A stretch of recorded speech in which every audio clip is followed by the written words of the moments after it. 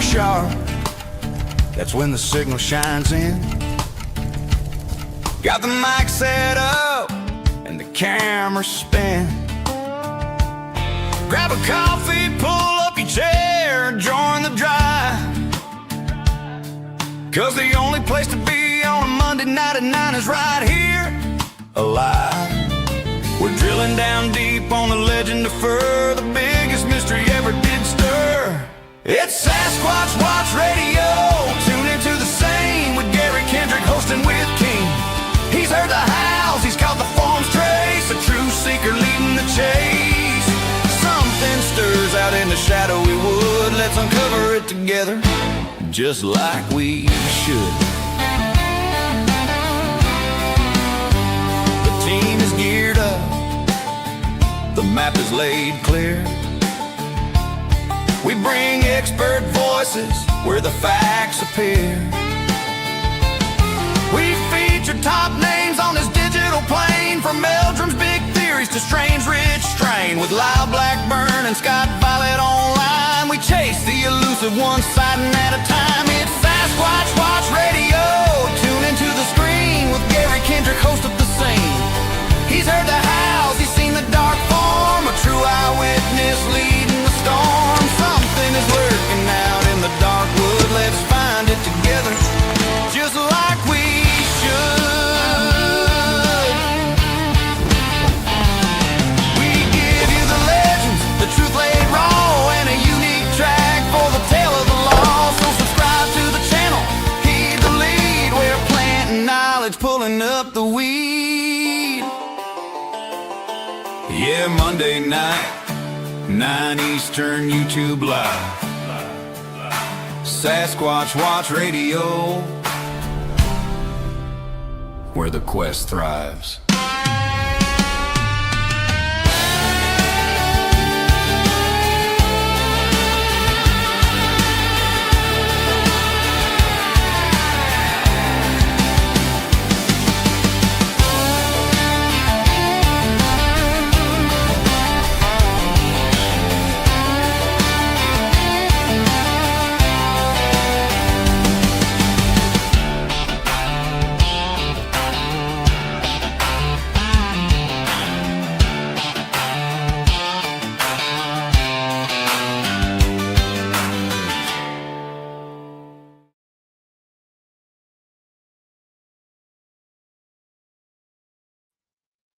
Hey, everybody.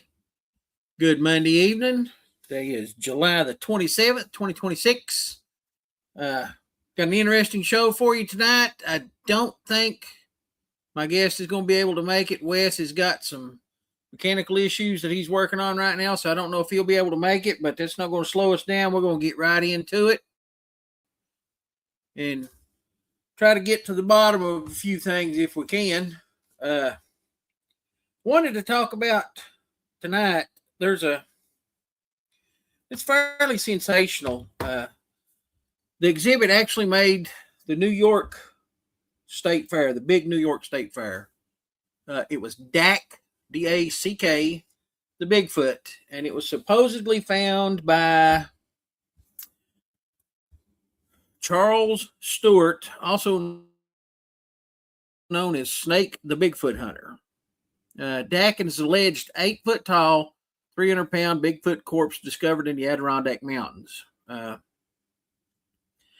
kind of interesting story. I'll just kind of cut into the gist of a few things and get to it. Where the body was supposedly found was in the central Adirondack Park, New York. It was discovered in 2024 by Charles Snake Stewart, who claimed to locate the decaying body by following a strong, pungent, decaying smell. Specimen is said to be approximately 8 feet tall, 300 pounds, with dental wire suggesting We're in his late teens to early 20s. There's also a DNA claim that goes with it. The DNA was supposedly tested at Cornell University Laboratory. And the DNA testing supposedly yielded a 58.5% Neanderthal and 31.5% human DNA. So it's 58.5% Neanderthal, Denisovan, and 41.5% human DNA. Like I said, the exhibit made the Great New York State Fair. The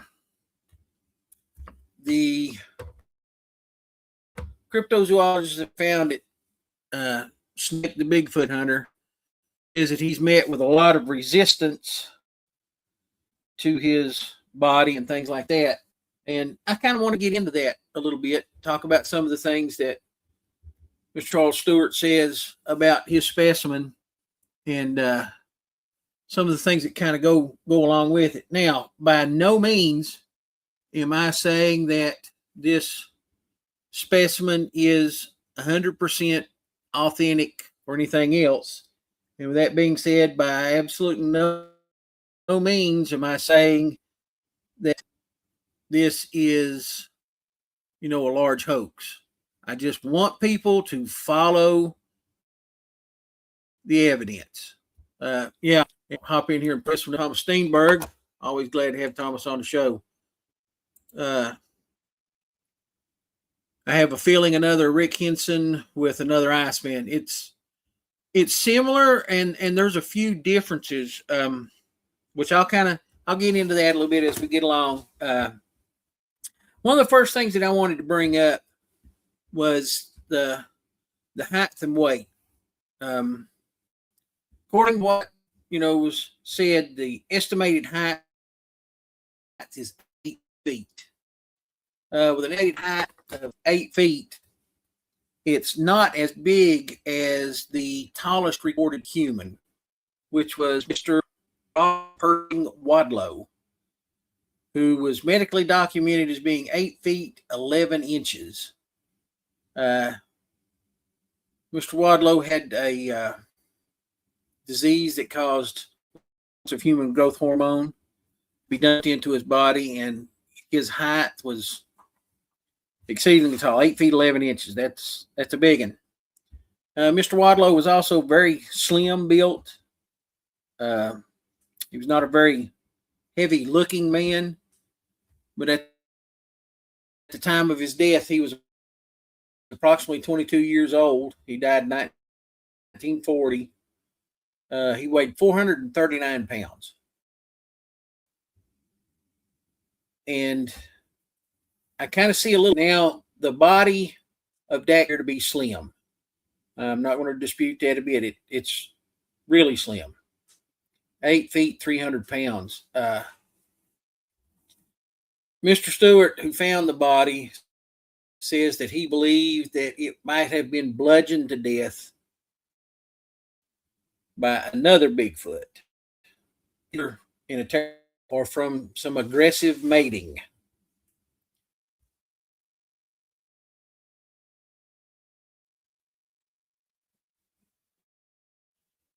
Thomas, I'm actually at my camper right now. It may be my internet. If the image is freezing every few seconds, guys, I'm sorry. I'm actually in my camper right now. So there may be some issues. Hopefully we can get through it. If it gets worse, Thomas, let me know. I appreciate it.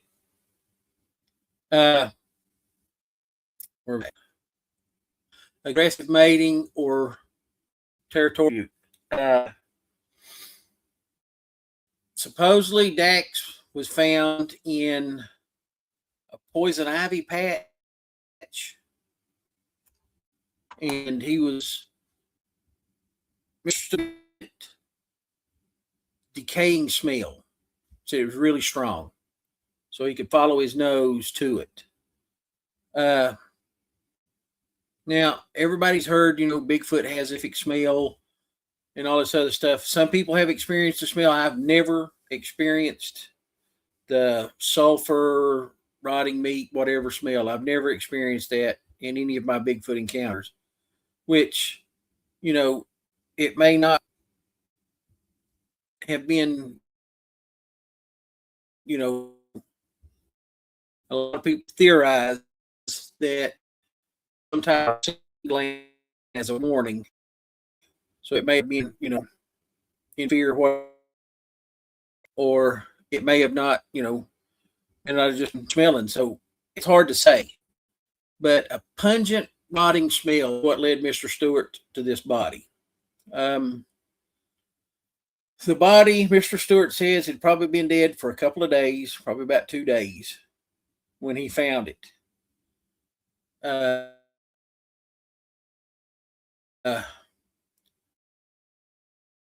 DNA, like I said, is a pretty coarse because I'm trying to make sure I've got my information straight. Cornell University Laboratory, that's a pretty illustrious college. It's Cornell, so I'm assuming that with that bold of a claim, that there has to be some way of backing it up. But another claim that Mr. Stewart has put out there is that he's discovered a lot of things by looking at the body that he has. And one of the things he discovered is that he had a reproductive bone. So a lot of people that are in the South down here, you'll know what I'm talking about, where coons have a reproductive bone. Raccoons have a reproductive bone. Also, bears have reproductive bones. Mr. Stewart says quite a bit in his interviews and things that, Dak has a reproductive bone just like a polar bear. It's not just a polar bear. Most bears has reproductive bone. And one issue that I find unusual is that I've never read an account where either modern humans, Neanderthals, or Denisovans has this penile bone, this reproductive bone. However, like we said earlier, there are a lot of mammals that do have it, raccoon being one, bears being some, and modern gorillas also have a reproductive bone. So it's interesting that he uses the bear reference and not the gorilla reference. It's also unusual that we have two main species, I guess I want to say, in his DNA report that comes back as Neanderthal, Denisovan, and human, that neither of those examples have this reproductive bone. So it's unusual that if you have a, not exactly half and half mix, because it's 58.5% Neanderthal, which means it's more Neanderthal than it is human, but you have no, relic fossilized evidence of this reproductive bone. So I'm kind of curious as to how they would have come up with the Neanderthal and human DNA in this reproductive bone when neither has been found in any of its parentage. It's a really unusual claim. The gorilla thing in more of an obvious choice for me. I don't know exactly how much research Mr. Stewart's put into this, but this is just, like I said, this is just kind of my thoughts on the whole thing. Another thing too, it makes me kind of leery of this new DNA evidence and things that Mr. Stewart says he has, because it's something that I would personally like to see in written format. I'm sorry, Thomas, he's claiming that it's a male. Thomas asked, is he claiming male or female? It's a male. And he said that his thoughts are that it was bludgeoned to death by another Bigfoot during either reproduction or a territorial dispute. But the interesting thing is I would like to see, the written DNA evidence that says that it is a certain percentage Neanderthal and a certain percentage modern human. And, like I said, it's unusual that you have that type of genealogy and then have this reproductive bone. It just doesn't fit for me. And like I said, and under no circumstances am I saying this thing is true or that it's a hoax. I'm kind of just laying the information out. Anybody that's been into Sasquatch research, Bigfoot research, whatever you want to call it, for any length of time, remembers back in 2012 when we had the Rick Dyer incident. And there was also one prior to that. And he come up and laughed at all of us and everything and said that he pulled off two of the biggest hoaxes in Bigfoot history and made more money than anybody and all this other stuff. So I'm a little leery of maybe another Rick Dyer type incident is what it's what I'm leery of. It's kind of what I'm afraid of. The claims that Mr. Stewart are making are phenomenal. If the body is real, if, he does have DNA evidence, if the DNA evidence leads to the genealogy that it says it does, it's all really interesting. But, there's always that little doubt. That, word to work out tonight is, doubt. Again, I'm going to say to anybody in the comment section, if you have a question, chime in. We're going to talk about it. And, I want information, good information. Mr. Lee, Hunter Camp. Y'all talking about the guy in New York? Yes, he's from New York.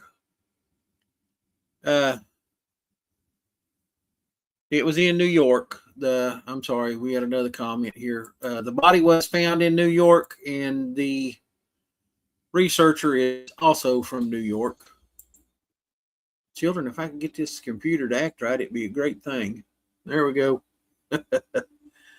So, yeah, it all happened in New York. Like I said, I just want, information out there. I'm not going to say everything's a hoax. I'm not going to say, the thing is true. We're going to talk about the information that I've come across and things like that. And you'll see, like I said, you guys see me using my phone quite a bit tonight because I'm trying to make sure that I have everything correct. But the DNA breakdown, like I said, is 58.5% Neanderthal and 41.5% human. Now, yes, here's another question I'll bring up. Okay, he taxidermied the body on display. Yes, and it was at the New York, was it the Grand New York State Fair, Great New York State Fair, the Great New York State Fair. And it was seen by quite a few people there. But getting on with it here, we do have some fossilized evidence of interbreeding between modern humans and Neanderthals and Denisovans. Anybody that has any type of European DNA, Native American DNA, any of that, you have a certain percentage of Neanderthal or Denisovan DNA. I think most Americans and most people in North America, I'm going to say, average between about 1% to 2%. It's higher, slightly higher in some individuals. Individuals with red hair, I think, average about 3% Neanderthal DNA. But we're talking about 58.5%. So pretty much half Neanderthal. Well, we do have records of specific interbreeding between Neanderthals and modern humans, and they have found evidence of fossilized evidence of the interbreeding between Neanderthals and humans. Let me get right here, and I'll try to get this straight. The name of the skeleton that they've named it.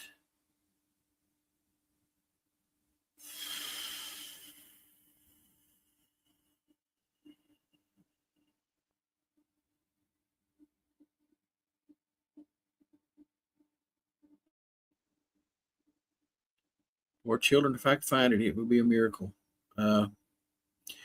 Real individuals born from interbreeding between Homo sapiens and Neanderthals. Most people alive today, like I said, have a certain percentage, 1 to 2% Neanderthal DNA. There was one specific Neanderthal Homo sapien DNA skeleton that was found, and it existed about, I think they said about 40,000 years ago. I'm having trouble finding what I was looking at earlier. But the DNA strands, or the skeletal remains, presented with both a modern human features and Neanderthal features. And the Neanderthal features were the elongated skull towards the back, heavy brow ridge. Lord, it was found in Portugal in 1998. Lapido child, Lapedo, Lapido child, found in 1998 in Portugal. The remains were roughly about 28,000 years ago. So that's I messed excuse me, I messed that up. But the remains were also found to exist 40,000 years beyond the time that scientists thought that Neanderthals had went extinct. So it's an interesting find, but the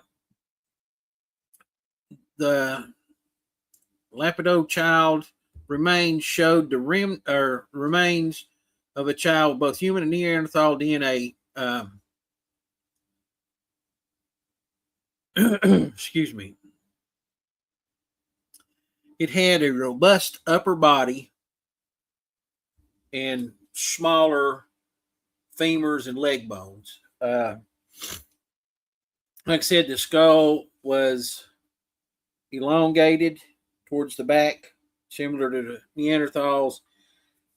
Had a cranial brow ridge. The child was probably only about 4 to 5 years old. And scientists think that possibly one of the reasons why we don't have more human Neanderthal hybrids, or higher percents of human or Neanderthal DNA in human species, is that most of the hybrids between humans and Neanderthals were infertile. So they could not pass on their DNA. So they probably just kind of lived out their lives without ever having any offspring or anything like that. But obviously there is a certain percentage of them that did produce offspring. And we have very concrete fossil evidence of crossing between humans and Neanderthals. So again, that leads me back to the point that I was making earlier about, I'm not going to say it's a hoax, I'm not going to say it's real, because there's unusual things on both sides. And I want to present you guys with the truth, and that's what I'm trying to do. And one of the big things that happens is every so many years, there's an influx of new people that get interested in Bigfoot, and they start looking on the internet, and they come up with all these old, like the Rick Dreyer hoax and things like that. They come up on all these old hoaxes and things like that. And I'm trying to, I'm beating around the bush, but I'm trying to, present some facts so that maybe when somebody sees this come up, they're not going to be, so flabbergasted and say, oh, well, it's real. They have DNA evidence. Why can't we prove it? Well, because, different things.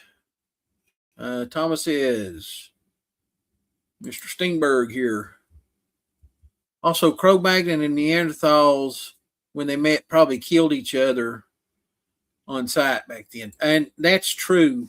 And another thing, too, there was a lot of predation between these proto-humans and modern Homo sapiens. Rough estimate, there was at least 7 distinct Homo species that existed at the same time. Okay? So that would have been, probably as far back as 1 million years ago or so. But when you look at that, 7 distinct human species. Now, we'll go with the 3 most recent human species, which was Homo sapiens, which turns out to be us, Denisovans, and Homo neanderthalis, which is the Neanderthals. So that's our most recent. And before that, you would have had, you probably would have had Homo heidelbergensis. You would have had, I'm trying to get all these names straight in my head, and it's so hard.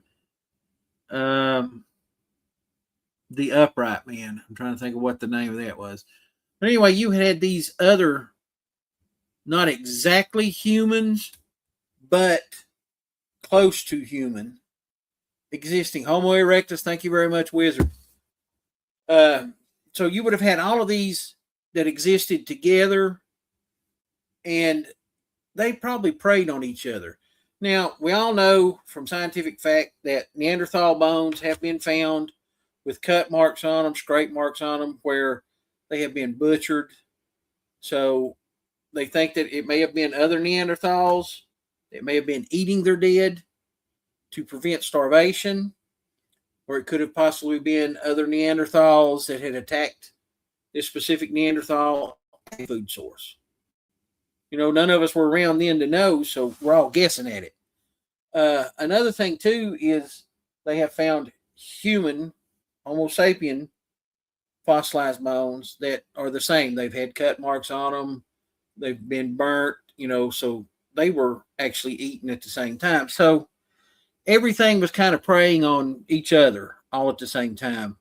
And everybody talks about, well, that doesn't happen, with modern humans. But when you look back in short history, you have all kinds of human predation by other humans. You had the headhunters in both South America and in the Pacific Islands and things like that, even in Asia. And we've had cannibals in Europe, the United States. It's generally worldwide. It's happened worldwide in recent times.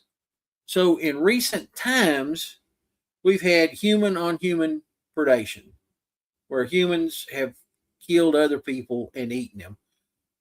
We have all kinds of serial killers in modern times that's killed and eat their victims and all this other stuff. So it's a possibility that all of these species existed and did prey on each other. One of the theories that I use quite a bit with my own research is the uncanny valley of human evolution theory, which states that humans have a natural fear of anything that appears to be too human. So humans have a natural fear of like these animatronics robots that have the human faces and things. People have a natural fear of those because they look too human. Well, in the uncanny valley of human evolution, what it states is the reason that we have this uncanny fear of things that look too human is because we were preyed upon by other things that looked human. So you may have had Homo habilis and the Paranthropus species, which did exist at the same time, and they could have easily preyed on each other. And then you had all these other humans that, we just discussed that's been, preyed upon by other human race or other Homo species and things like that. So it's unusual that you would have all of this mixing and going on. And like I said, we do have concrete evidence of Neanderthal and Homo sapien DNA together. And it's not just this one particular one that I was reading about. It was just this one that fascinated me because it was, as recently as 28,000 years ago. And in the environmental clock, that's not that far. That's not that far at all. But to make claims like it's 58.5% Neanderthal and 41.5% human, but you have the 8-foot height. Okay. Humans specifically, Homo sapiens, modern Homo sapiens, specifically are not normally 8 feet tall. Okay, we'll just throw that out there. I gave you the example of Mr. Wadlow, who at his death at the age of 22 was 8 feet 11 inches. Okay, very unusual specimen. I think the present living tallest human being is, I think he goes by Sultan Cohen. He is from Turkey, and he's, I think, 8 feet 2 inches and some change. So it's not a very common occurrence. Neanderthals were actually a smaller statured than Homo sapiens. So Neanderthals were much shorter, barrel-chested, had shorter limb proportions, and all of that was adaptations for the ice age that they lived in. Shorter body, shorter legs, shorter arms, barrel-chested. It's easier to keep warm that way. So it was an adaptation for the environment. Neanderthals also famously had a large nasal cavity, which means they probably had a large nose. And that's also an adaptation for both extremely cold weather and extremely hot weather. So in an extremely cold environment with a large nasal cavity, as you breathe in, the large nasal cavity allows that air time to warm up before it gets to your lungs. In an extremely hot environment, a large nasal capacity or large nasal cavity also allows you to breathe in and give that air some time to cool off before it goes into your lungs. So it's an adaptation for extreme weather incidents. And nowhere, like I said, and I can't kind of emphasize this enough, nowhere in any fossil evidence have I ever read that Neanderthals would have had a reproductive bone. Nowhere have I ever read of any modern human having reproductive bones.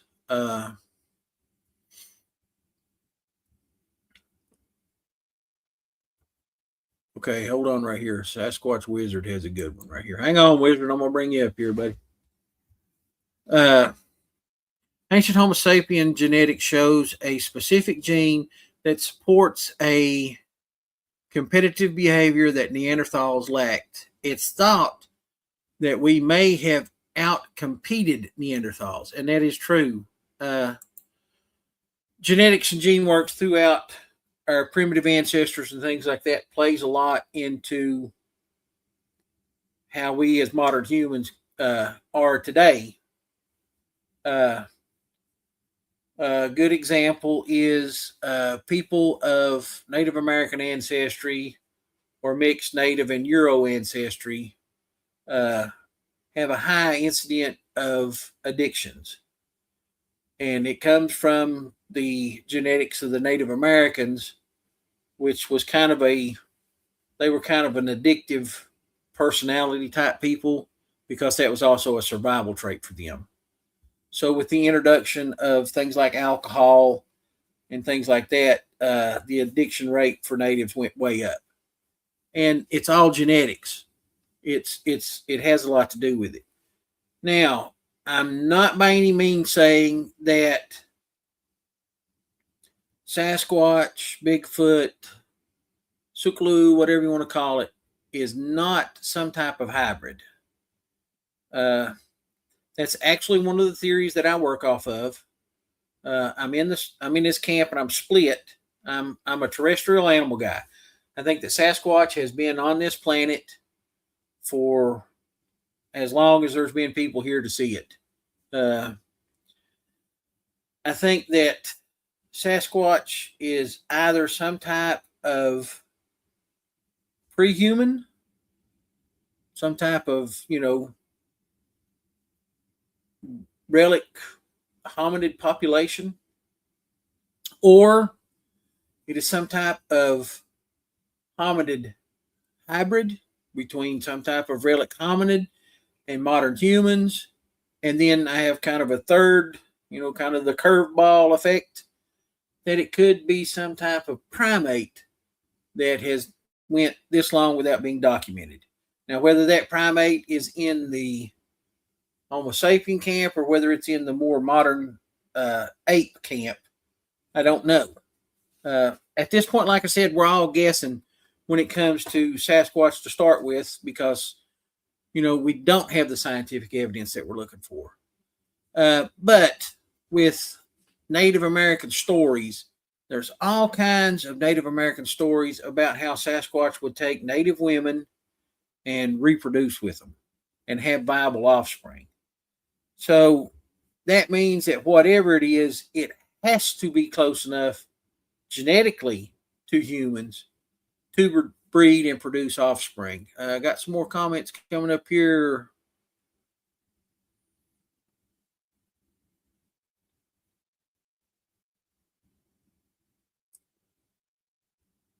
Okay, let's get into this one. This one's pretty good right here. Neanderthals may have been like the run of the litter of dogs, meaning that they may have been passive and, let's see, being passive or not apt to stand up and fight for their resources. That's a good possibility. And then, two, I'll say this, Wizard, it could have been, too, that Neanderthals were actually outgunned. Okay, we'll just throw that out there. Neanderthals did have stone tools that they used. Neanderthals were not exactly the brutish, caveman that we've all seen in, history books and science books and things like that. They've actually found some really complex culture when it comes to Neanderthals by means of their burials, tools and jewelry that's been buried with them, and things like that. But the Homo sapiens came in, and I think the Neanderthals were kind of outgunned.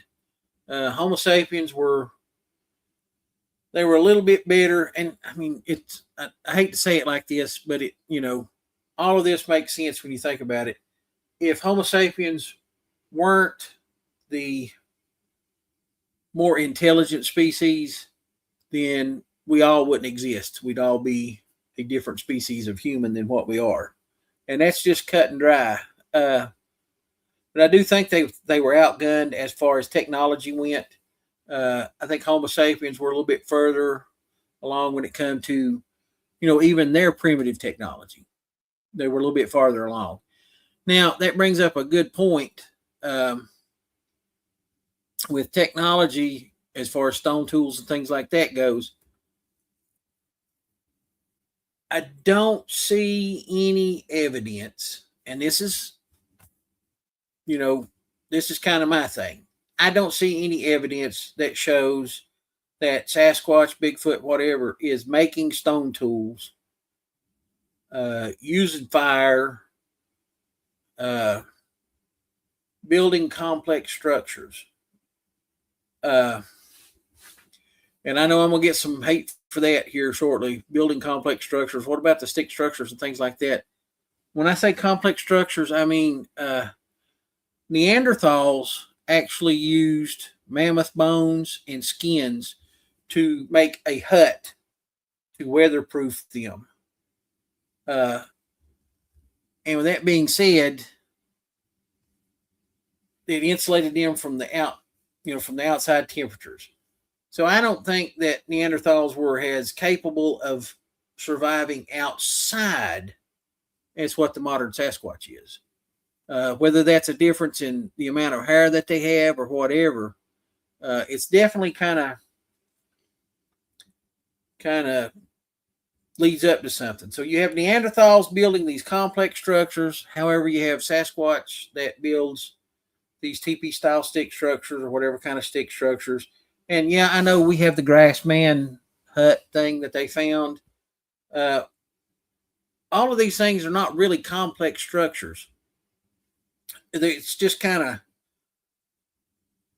bent over, weighted down, and grass put on top of it, or these sticks have been carried in and stacked up and things like that. It's not complex.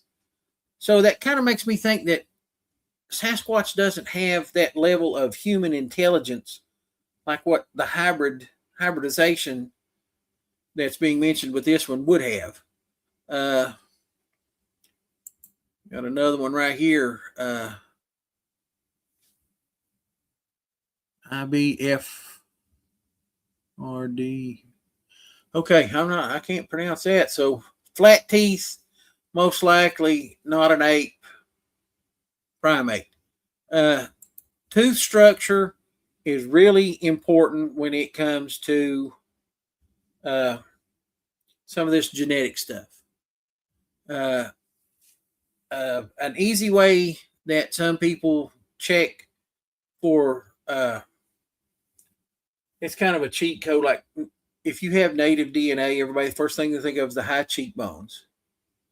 Another thing too is kind of the shape of the native eye, which is kind of almond shaped. But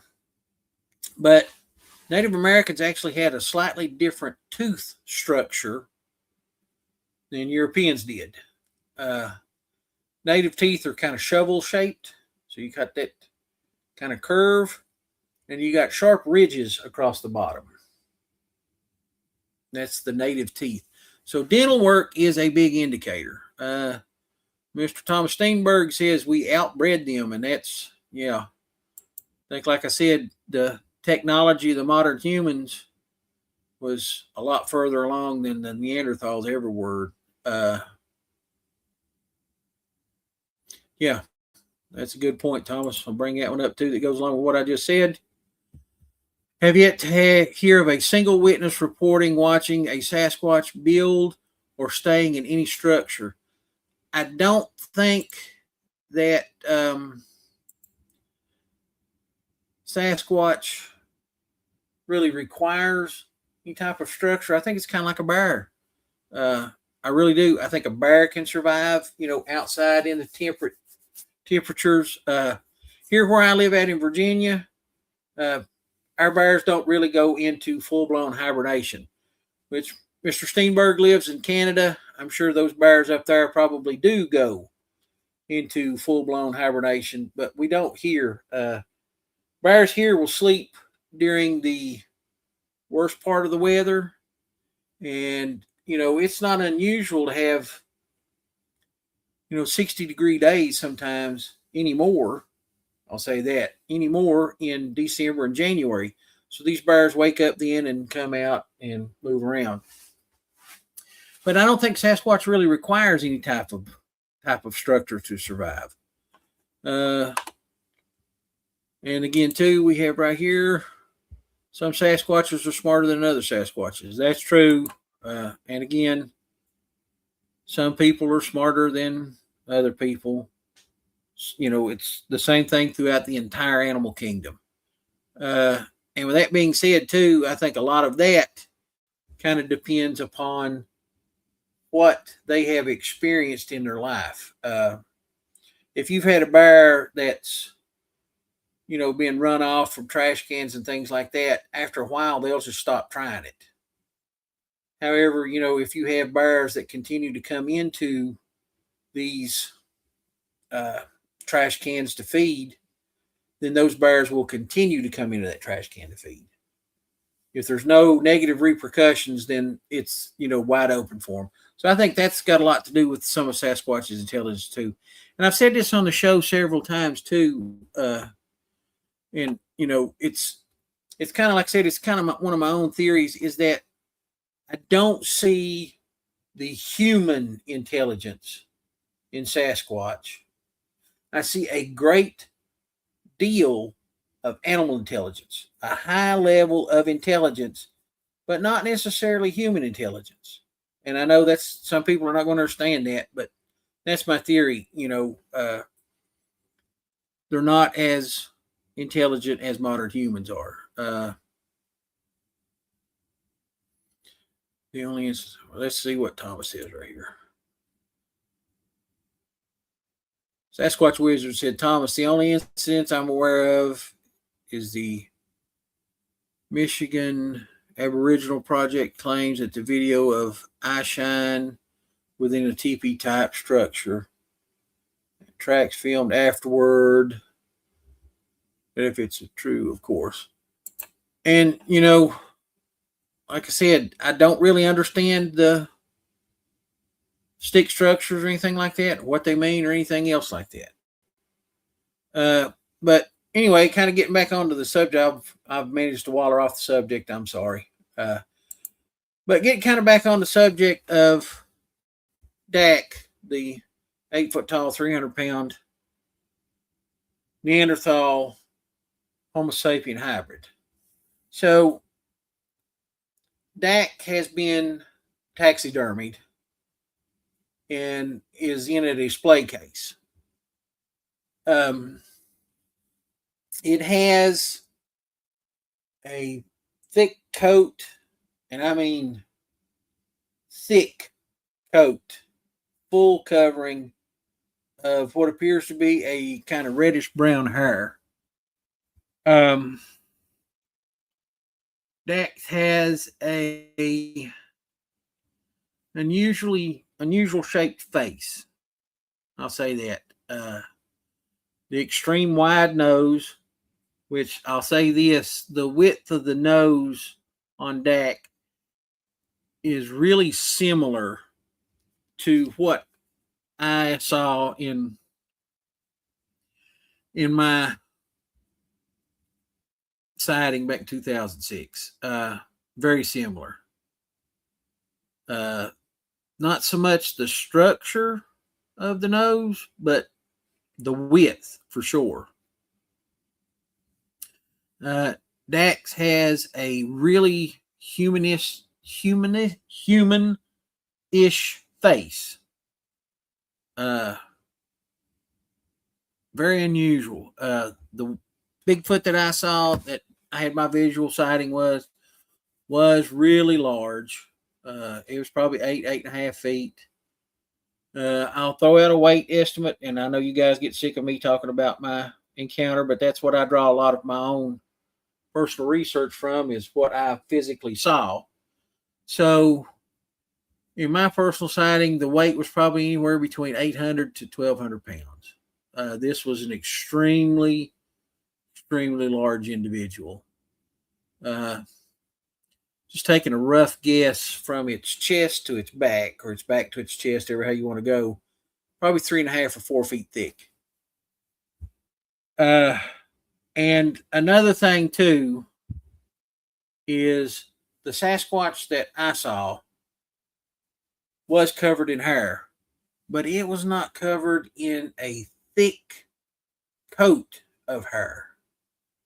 The hair was kind of really sparse on the face. It kind of did have kind of the classic mustache and kind of beard thing, but its hair was not,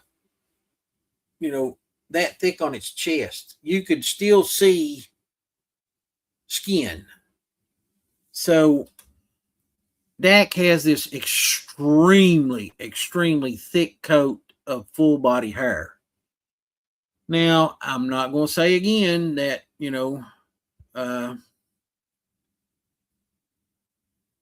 this thing is real or this thing is a hoax. That's not what I get into on the show. What I get into is information, and that's what I'm trying to pass on. But like I said, Dak has this really intensely thick coating of hair everywhere, like full body. The face is kind of patchy, but the body, I mean, it's pretty thick.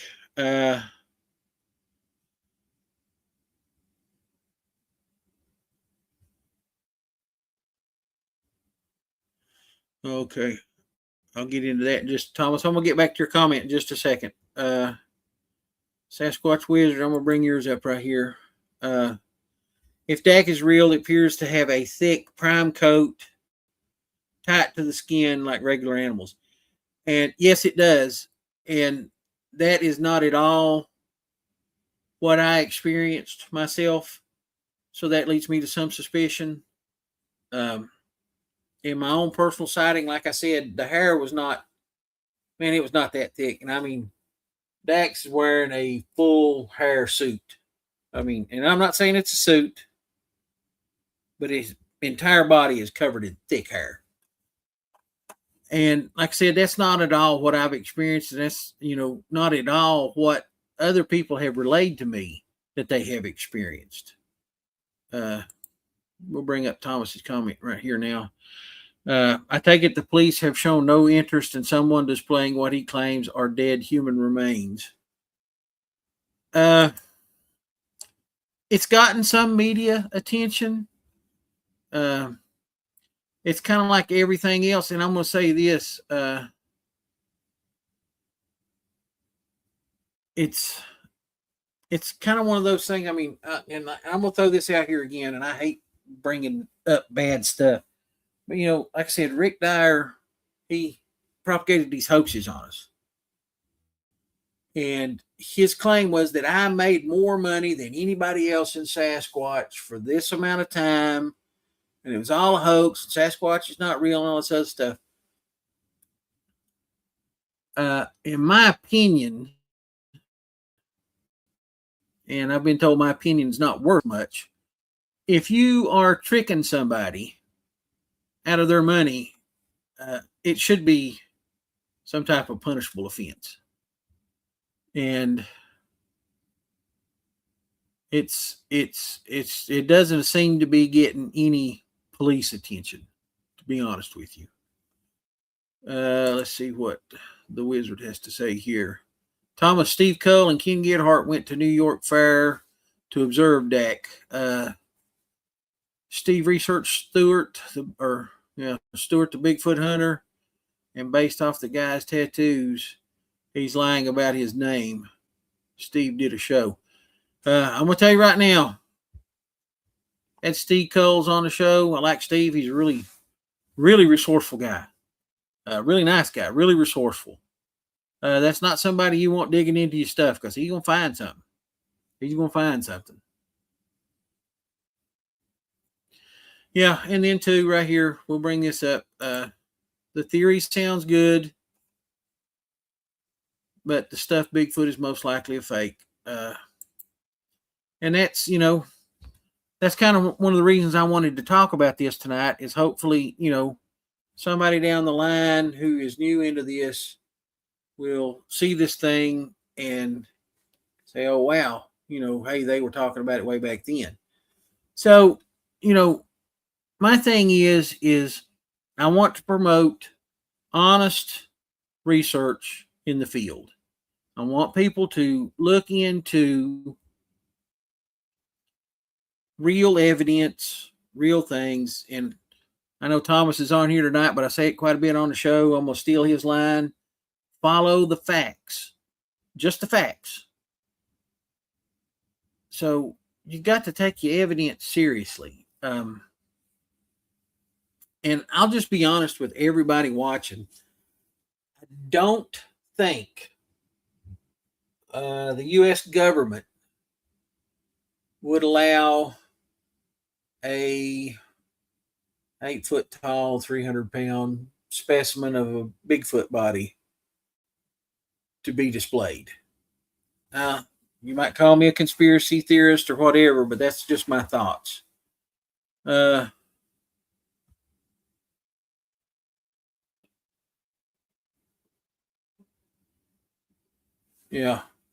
Anyway, Thomas, you got a really good point right here. I'm going to bring this up. This is excellent. Someone bringing to the public's attention by way of charging money in an oddity show at fairs, in my opinion, screams red flags. And I'm kind of the same way. When I was a young boy, there was a thing went around, the Minnesota Iceman. It come through our town in the late 70s. And I wanted to go see that thing bad. I really wanted to see that thing. And my dad would not let me anywhere near it for that simple reason right there, Thomas, is, the red flags. And again, I'll say this too. Supposedly Dak was found in 2024 and it's 2026 right now. So within 2 short years, or even under 2 years, Dak has been studied, been DNA tested, come up with a complete genome down to certain percentages of DNA, found unusual reproductive bones, and has been taxidermied and put on display in 2 years or less. I don't think if you did a real scientific study on something that claims to be 58.5% Neanderthal or Denisovan DNA and 41.5% to be Homo sapien DNA, I think it would take you probably longer than 2 years to get an honest DNA study on that. I don't know exactly how well the DNA world is working right now, but it's interesting that he would choose, and like I said, a relatively well-known university, Cornell University, as his site for DNA testing. I would think that there has to be some type of evidence of that being tested at a university like that. I may do a little more digging into that. So we may have another show about this later on. I'm going to bring up Sasquatch Wizard right here again. According to Steve Cull's research, Charles the Snake Stewart, the Bigfoot Hunter's real name is Andrew Whitley. Andrew has no ties to cryptozoology and is a performance artist from Brooklyn, New York. Okay, I was kind of saving this for the last there, Wizard, but you kind of pulled my cards there. If anybody remembers the headstone, it's the grave marker, headstone, tomb rock. I don't know if my hillbilly English is enough for you guys to understand. But there was one that went up in Central Park overnight. And it had President Trump's name on it in 1946. And it said, he made America hate again. So that tombstone went up in Central Park overnight, out of the blue. Overnight, it went up, and nobody knew where it came from. And this artist from Brooklyn, New York, whose name was Andrew Whitley, came forward and said that he was the one that did it, and it was a performance art piece, and that artists should not be afraid to step forward and put their artwork out. He knew that it would be perceived as a death threat towards the president, but it was just art. So, yeah, I was going to bring that up at the end. Sasquatch Wizard, you busted me. But, yeah, that's kind of an important thing. Thomas, is everything good now? I just got to think it said I froze up. Are we good? That being said, like I said, I'm not trying to point out that this is a hoax, and I'm not trying to point out that this is not a hoax. I'm just saying that there's too much information out there on this particular body that does not coincide with cryptozoological work as far as body size, body shape, even the hair, the genealogy thing, the reproductive bone. None of that stuff points out that this is a factual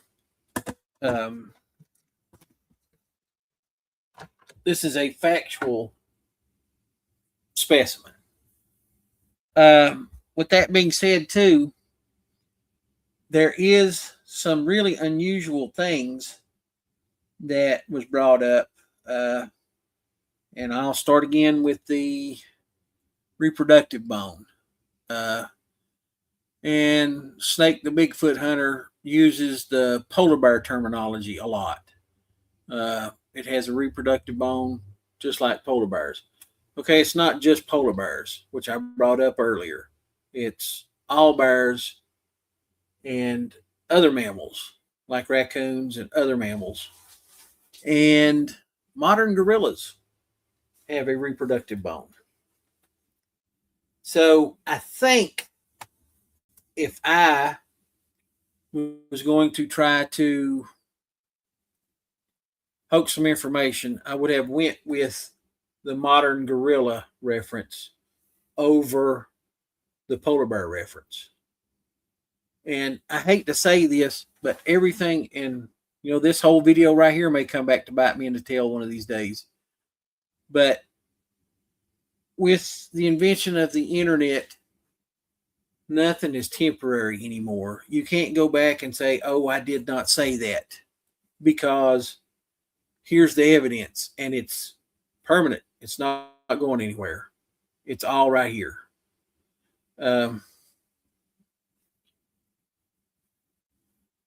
Yeah, Thomas says Gary just froze up, proof that he is AI. I wish I was, Thomas. I probably wouldn't hurt as bad. I'll tell you that now. Nobody told me that getting old made you hurt. But with all of the things that are out there, I want people to know that there are some similarities. He has done some work. There are some similarities to some of the theories and things that I have on my own. Some of the theories on what I might think Sasquatch is, and things like that. I'm gonna be honest, and like I said, this may come up bite me in the tail again, but I am a proponent of some type of proto-human human hybrid. I think that might be the link to what we're all looking for. That might be why Sasquatch has this amount of intelligence that it has, how elusive that it is. And again, too, when you have hybridization between any species, you get what's called hybrid vigor. And with hybrid vigor, you have the best of both worlds. So you have not only the best from, we'll just use human and Neanderthal. Not only do you have the best from the Neanderthals, you also have the best from the modern humans. So you would have had a higher rate of an intelligence. You would have had a greater lung capacity. You would have had short, stout, strong limbs, which would have been capable of running great speeds. You would have been extremely strong. I don't think you would have been 8 feet tall because neither one of the parent species would have been 8 feet tall. In my own theory, if I have to say it's some type of pre-human and human hybrid, I lean more towards a specimen called Homo heidelbergensis, which was one of the tallest pre-humans in the Homo species. I think they averaged 6 feet and over. So we're starting to get the height there in the pre-humans, 6 feet or over. It's interesting that we use Cornell University as a DNA reference. Like I said, I'm going to do some more reading up on this, and I'm going to get into it a little bit deeper. I think if Cornell University had, excuse me, I'm sorry. If Cornell University had a late teens, early 20s DNA specimen of a Neanderthal human hybrid that was found in 2024, I think there would have been several scientific papers written on it, because that would have been big news. That would prove that not only do we have a relic population of Neanderthals existing somewhere, but we also have a relic population of Neanderthal human hybrids. So the information is not really adding up for me. I want people to take a closer look at it. I encourage everybody that is watching the show tonight. Okay, if you're interested in the subject and you're new in the subject, don't take my word for it. Don't take anybody else's word for it. Sit down and read it yourself. There are no experts when it comes to Sasquatch. None. I don't care how somebody is billed somewhere or how much education somebody has. It does not make you an expert. So with that being said, take all of this information, look at it, look it up yourself, read on it, find out for yourself what it all means. Don't take anybody's word for it. Like I said, really get in there and dig in. If anybody has any kind of questions, feel free to get a hold of me. I don't care a bit to talk to anybody. You can find me on Facebook. It's really about the only platform that I'm really on. You can contact the show here. So I'd like for everybody to, like I said, take this information and just read it for yourselves and look over it yourselves. Especially when it comes down to dropping names like Cornell University. When it comes to being a performance artist and then all of a sudden you have a Bigfoot body that's taxidermied, it does not sound to me like it's authentic. Okay? I'm just going to put that out there now. It does not sound to me like it's authentic. I wish, we kind of had some way of, dialing things in and kind of doing better with this. But, this is kind of the only way we can really get the information out is talking about it. And I really wish that more people would take their time and do more research on some of this stuff. And I'm going to wholeheartedly agree with Thomas Steenberg. If you're putting it in some type of fair or some type of exposition, exhibit, whatever, and you're charging people money to see it, I think that's kind of dirty business. And that's my own personal thoughts on that. I don't think we should be charging people for something like that. Information is power. And I know you guys get sick of me saying this, but I want everybody in the Sasquatch community to take all the evidence and all the information that we have and bring it all together so we can take, instead of having this big mess of information out here like this, let's bring it all in here into a tight little circle so we all have the evidence that we need. And then we can prove things. And until people throughout the Sasquatch community start doing that, oh, hang on. I got my buddy Wes here. Hello, Wesley. Hey, buddy. Hey, how are you, pal? I'm good, man. There's a lot of road noise. I'm kind of driving right now. No, it's okay. It's okay. We were discussing the Dept the Bigfoot. I kind of went over my thoughts on it. Like I said in the beginning, I don't want to say that it is a hoax, and I'm not going to say that it is true because the information is just not lining up for me, Wes. The information is so scattered, Gary, that it's not lining up for anybody.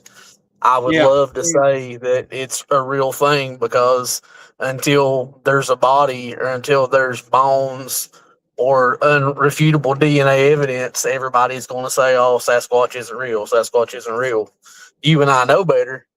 But like you said, unless there's irrefutable evidence, it's going to be what it is.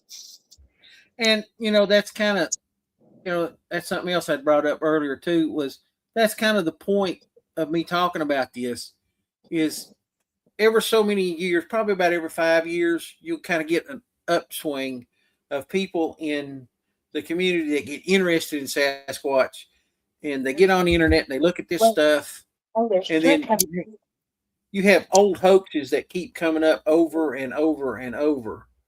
And I have to be honest, this kind of has the whole Rick Dyer, Bigfoot hoaxes. It's eerily similar. Both of them are on display. He's charged money for people to see them. And another thing too is with, and I'd say you missed it, but I kind of had a little ace in the hole that I was going to bring up towards the end of the show, and the Sasquatch wizard he called me out on it. So I had to go ahead and drop it a little earlier, but I'll bring it back up here. Snake the Bigfoot Hunter is not exactly who he says he is. I got to find the comment. Yeah. Let's see if I can find it. Okay, right here we go, Wes. I'll bring it up for you. According to Steve Cole's research, Charles Snake Stewart, which is Snake the Bigfoot Hunter, real name is Andrew Whitley. And Andrew has no ties to cryptozoology and is a performance artist from Brooklyn, New York. Now, Wes, do you remember when the tombstone showed up in Central Park in New York? Yes. That had Donald Trump's name on it? Mm-hmm. That was put up by Andrew Whitley. So he's doing like special effects stuff. Yeah. So he claims to be a performance artist. He said with the whole Donald Trump's tombstone thing that and you people were going to perceive it as death threats towards I think he was candidate at the time, but he is now the president. But he said people should not be afraid to show their art. And I think if you are a performance artist, you will have access to somebody who could possibly make a realistic suit, a fairly realistic mask, whatever. I hate that people continue to do the whole Bigfoot's this and Bigfoot that's thing and put it on display somewhere, because most of the time they're just made up stories. In Mr. Stewart's claim, Snake the Bigfoot Hunter, Mr. Whitley, whatever we want to call him, he claims that Dak is 58.5% Neanderthal Denisovan DNA and 41.5% Homo sapien DNA. Seen that. We have fossilized evidence of human Neanderthal hybrids, and none of it matches anything that he has.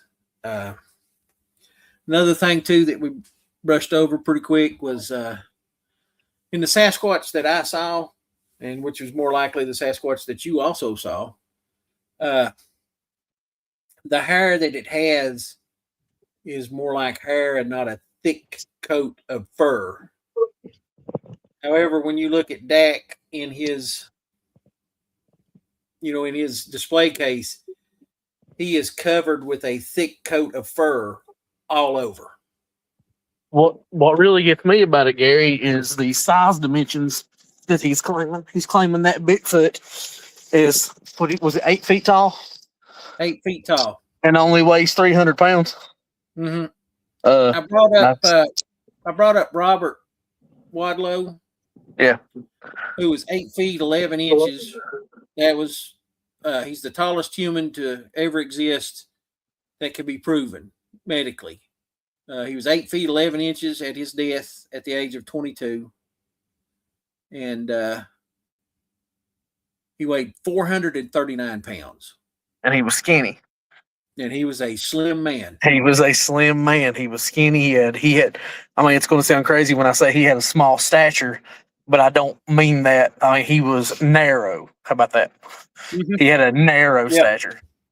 And he weighed 400, what was it? 439 pounds. Yeah. There ain't no way. Because I would say, with the Sasquatch that I believe you and I both saw, I'm saying easy 600-700 pounds. I'll say even more than that, 800 to 1,200 pounds. Yeah. I mean, for real. It was that massive. Phenomenal. I mean, it just the only thing on Dak that really struck me as, as real, when I mentioned this to you last night when I sent you that article, was the width of the nose. Yeah. I didn't get a full on view, like I said, whenever I seen the one that I seen on the lake road, but I seen the nostril, and the nostril was very far over on the face. And that's the only thing that it kind of puts me in the mind of Harry from Harry and the Hendersons. The thing laying there in the box that he had. Harry was much bigger, of course. I would say Harry probably pushed 800 to 1,000 pounds. And just looking at him, and like that thing's way skinny compared to what the creature I seen would weigh. Around the same height, probably, though, like close to it. Allegedly. It's really unusual. One of the main things that he brought up, and we talked about this too, was the reproductive bone. So Dax had a penile bone. And was it aggressive mating? Yeah, aggressive mating. Yeah. If you watch interviews with Snake the Bigfoot Hunter and things like that, he brings up the fact that Dak had a reproductive bone like polar bears. And he brings that up quite a bit, polar bears. And it's always polar bears. But what's unusual is all bears have a reproductive bone. A lot of mammals here within the United States have a reproductive bone. Raccoons have one. But one of the ones that I would have leaned on quite a bit is that modern gorillas have a reproductive bone. And the fact that he brings up Neanderthal and human DNA as his hybrid parents, Dax is 58.5% Neanderthal, 41.5% human. There's no evidence in either parent species of that have a reproductive bone. So that's kind of lacking proof. And I brought up the whole hybridization thing too. And again, I'm gonna go back and say if I had to kind of pick what I would think it would be Homo heidelbergensis, which was probably the tallest pre-human. They averaged 6 foot or above. And I wouldn't have chose Neanderthal because Neanderthals were shorter. They were more robust. Yeah, big chest. But yeah, we got one right. The reproductive bone right throws it up for me. Tennessee, Kentucky Bigfoot says, I was just studying the reproductive bones a few minutes ago. Hey, y'all. It's unusual. It really is. That's an unusual trait. And I'm going to be honest. If I was really trying to sell it myself, I would have went with the modern gorillas because they also have a reproductive bone or a penile bone, whatever you want to call it, as opposed to polar bears. Yeah, the polar bear, that's out of left field and has nothing to do with what we're trying to do here. Yeah, and two, if you watch his interviews, he always brings up the point. He has a name for people that don't believe in Bigfoot. It's, what do you say, Bigfoot dysmorphia, some syndrome or something like that. Yeah. BDS or something. And I think it's really weird that you would go so far as to come up with this wild name for people that don't believe. But the reproductive bone is, like I said, if I was going to push it, I would have went with the modern gorilla thing. And like I said, Cornell University. Okay, you throw out the name Cornell University. That's a pretty famous university in New York State. They've got a pretty big reputation. If they had a specimen that was supposedly between 19, or they said late teens, early 20s, based on its dental wear, that was 58% Neanderthal and 41.5% human, and Cornell University did the DNA testing on it, there's bound to be some scientific papers being written. And it's been 2 years and there's no papers out. Yeah, so now we have now we have a relic population of Neanderthals that are living somewhere that are living with a relic population of Neanderthal hybrids somewhere, because that would be the only way it would work. To get to 58.5%, you would have to have a Neanderthal mating with a hybrid Neanderthal continuously back and forth to bring that percentage up. Yeah. So it's really, the claim is really, it's got its good points. I'll give it that. He did some study and he did some research, especially with the hybridization thing. That's a good point. That's one of my own personal theories. Pre-human hybrid of some type. Pre-human human hybrid. The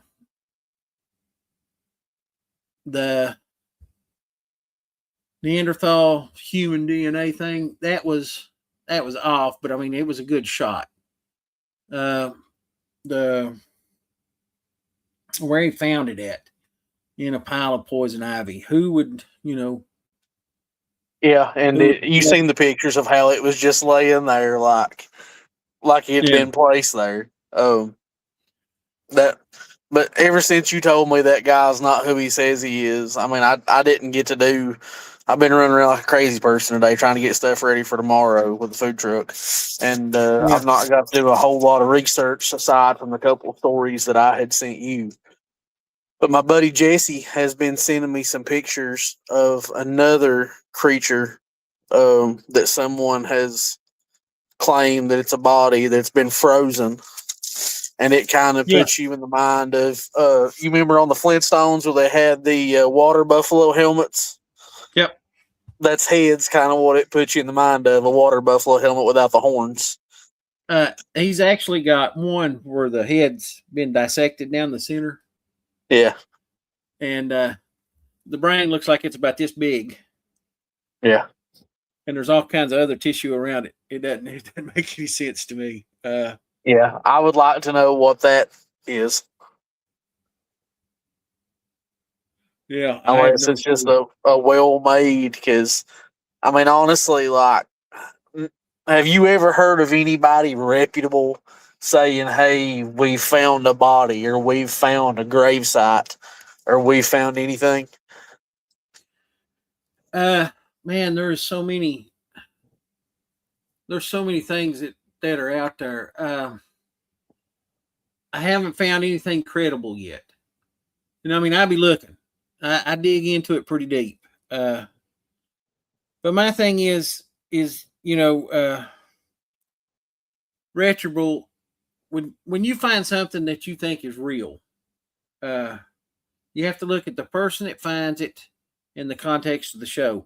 And I'll say this, I had somebody send me a video of Coyote Peterson. Everybody knows Coyote Peterson. He's famous for letting all the bugs and stuff bite him, and he gets stung by all the bees and things like that. And he was supposedly in Canada and found a large primate-like skull that he smuggled back into the United States, only for it to come out to be that it's a hoax. So here you had this reputable guy who has a big YouTube following, especially by kids. Kids love Coyote Peterson. Yeah, he's large. He's large on YouTube too. Yeah. And then he propagated this hoax of finding, a primate skull, Bigfoot skull, whatever you want to call it. I mean, when you look at it, the first thing comes to your mind, that's a Bigfoot skull. Yeah. Where he propagates this hoax where he takes it from Canada back to the U.S. and later comes out and says it was all a hoax. There's like 0 point in doing that. That's 100% what I would consider clickbait. Oh yeah. Look at what I've got. Look at what I got. Look at what I got. And whenever it comes out to be a hoax, it makes you look stupid in our eyes, people that try to find the truth. I mean, some people will laugh at me like, oh, that's just Coyote being Coyote.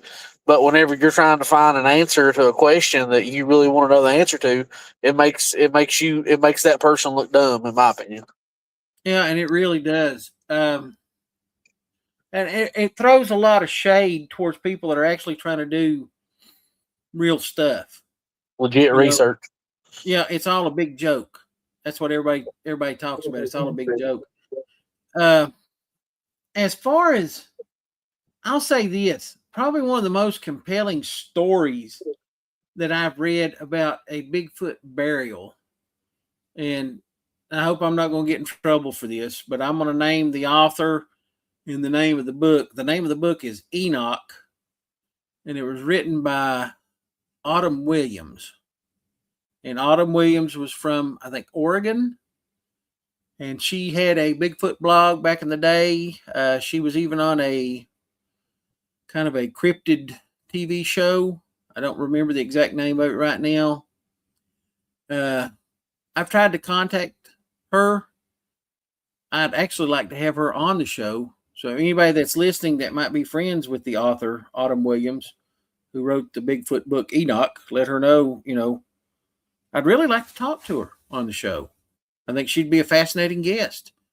But you know, that's kind of here or there. But anyway, in her book, Enoch, it's kind of a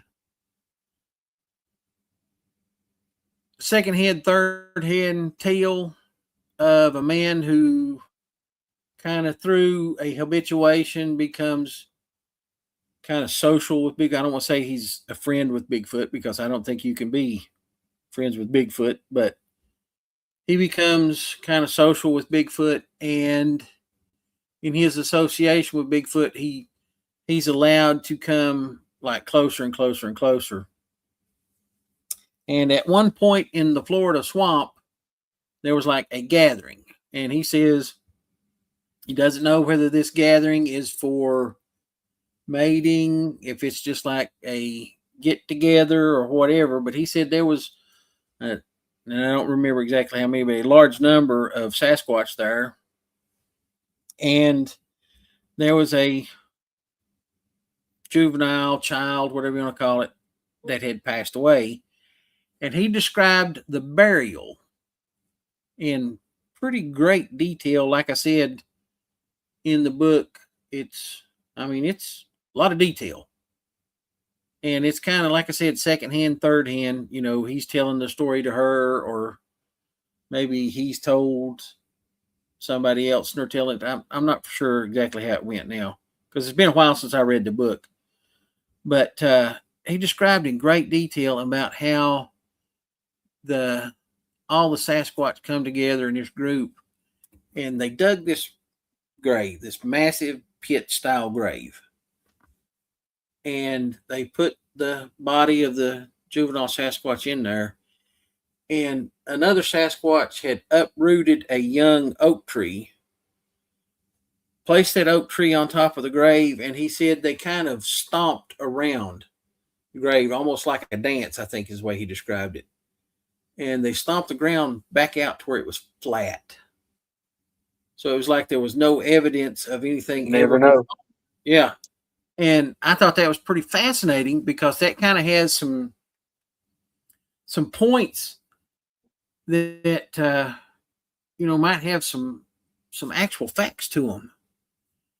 And it was really, really interesting.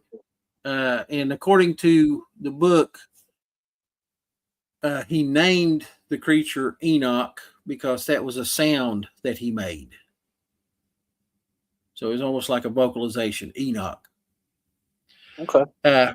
Really interesting book. If you get the chance, let me know. I'll try to find it. And if I can find it, Wes, I'll let you get it so you can check it out.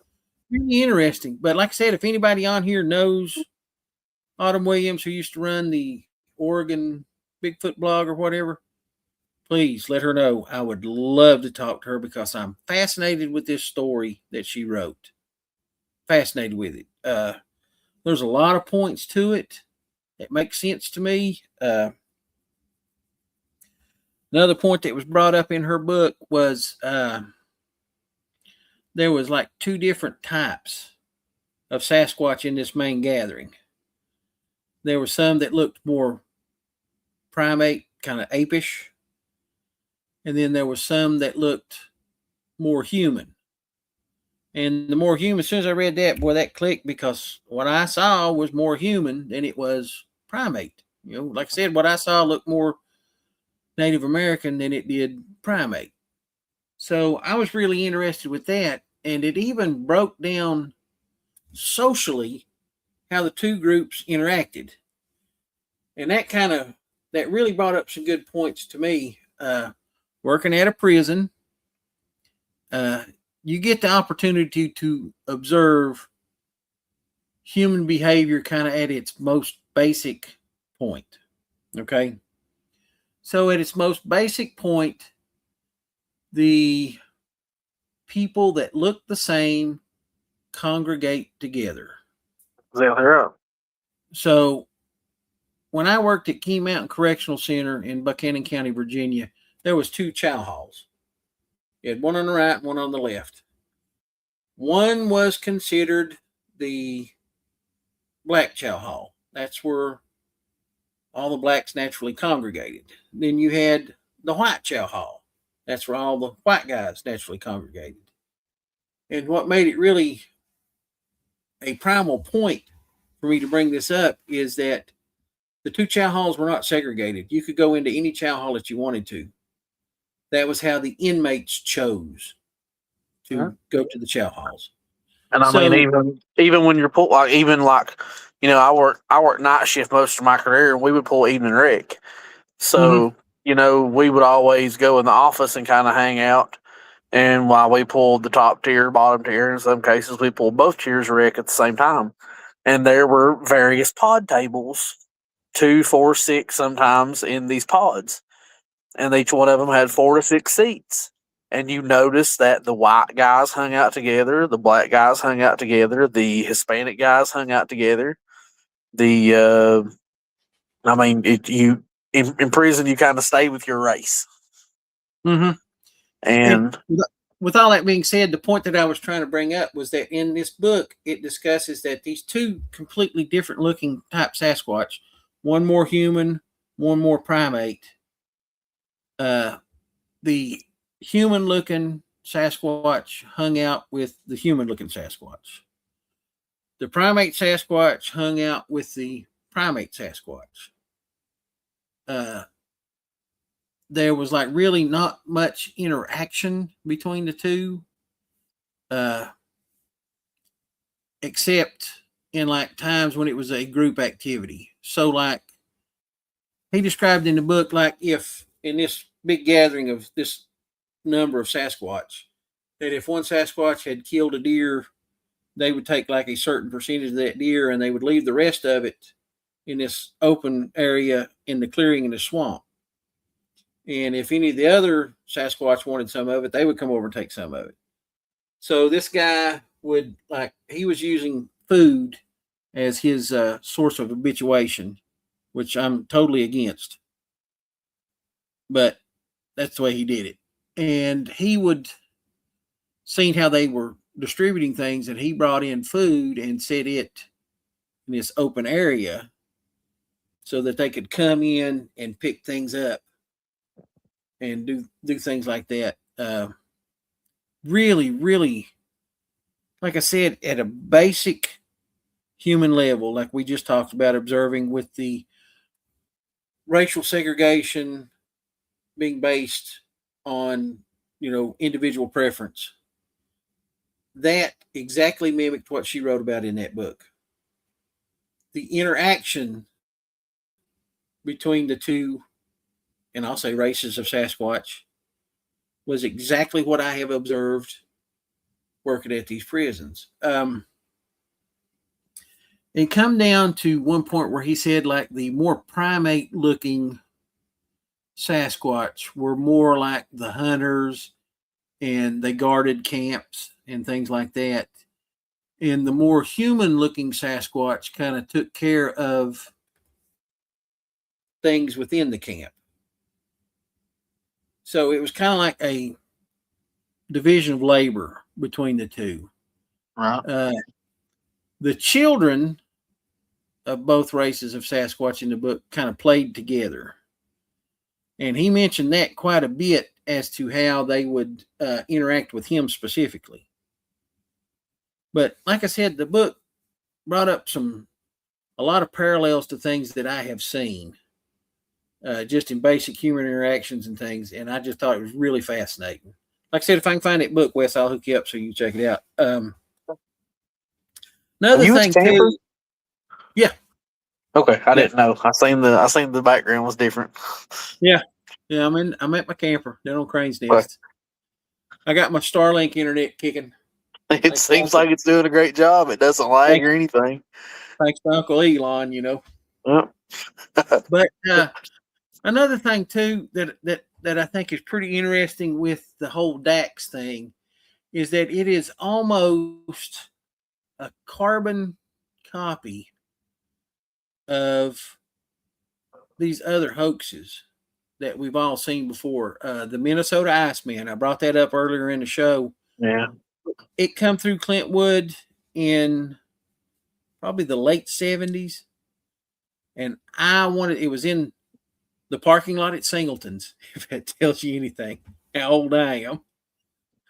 but it was in the parking lot of Singleton's, which is now the U.S. Post Office. So I wanted to see that thing bad. I mean, I wanted to see it bad. And my dad shut that down because he said that was just a bunch of junk. So it was kind of along the lines of, if somebody's charging you to go see it, it's probably not real to start with.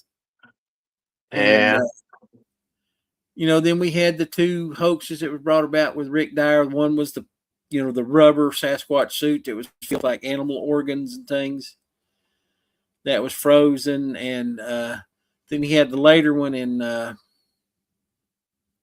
think it was 2012. And I thought it was really the one that he did in 2012. When I saw it, when I looked at it, I was like, there's something not right about that. So I kept thinking in my mind, what does that thing look like? What does that thing look like? And it dawned on me that it looked like Gimli from the Lord of the Rings. And I got to looking at the two pictures side by side. And looking at the two pictures side by side, you know, the Rick Dyer hoax looks like Gimli, down to the mustache and everything. So I think that was maybe the basis for that one. And then two, if you have, and I mean, this is just between all of us here. If I, Gary Kendrick, got into the forest here in Southwest Virginia, and I find a deceased Sasquatch, it's not going to be on display in a plexiglass and plywood box at a fair. Okay. No. It will be studied and researched. You know, if it does go on display, it's not going to be in a plywood and plexiglass box at a fair somewhere. Right. It will probably be in a museum where it can properly be taken care of, and people can, you know, really look at it and see it.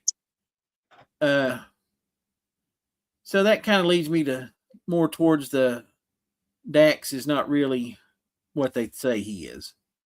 Another thing too that I think is really kind of a context clue to the whole thing is, if you watch interviews with Snake the Bigfoot Hunter, he's kind of squirrely. I have to be honest. He's kind of squirrely. He seems like the ones that I seen, he had on like sunglasses and he was like standing up against a wall and he was kind of like acting like he was too cool for school. Yeah. And it's another thing I want to bring up too is, if you watch his interviews, you'll see that he has on a straw cowboy style hat, and he has on a Sherpa lined denim jacket. And I'm just gonna be honest with you, if it's cool enough that you need a Sherpa lined denim jacket, you're not gonna be wearing a straw hat, because you're gonna freeze to death. Yeah, your head's gonna get cold. It's a persona, is what it is. Now, I'm gonna bring this up right here too. Reminds me of the Tiger King. Yeah, and Les, I'm gonna say this right now. I'd like to argue that with you, but I can't. That doesn't only remind me of the Tiger King. I think it may be a direct copy of the Tiger King. But like I said, there are points that that kind of led me to want to talk about this tonight, because, you know, information is information, even if it is a hoax, even if it's 100% made up. You learn something. The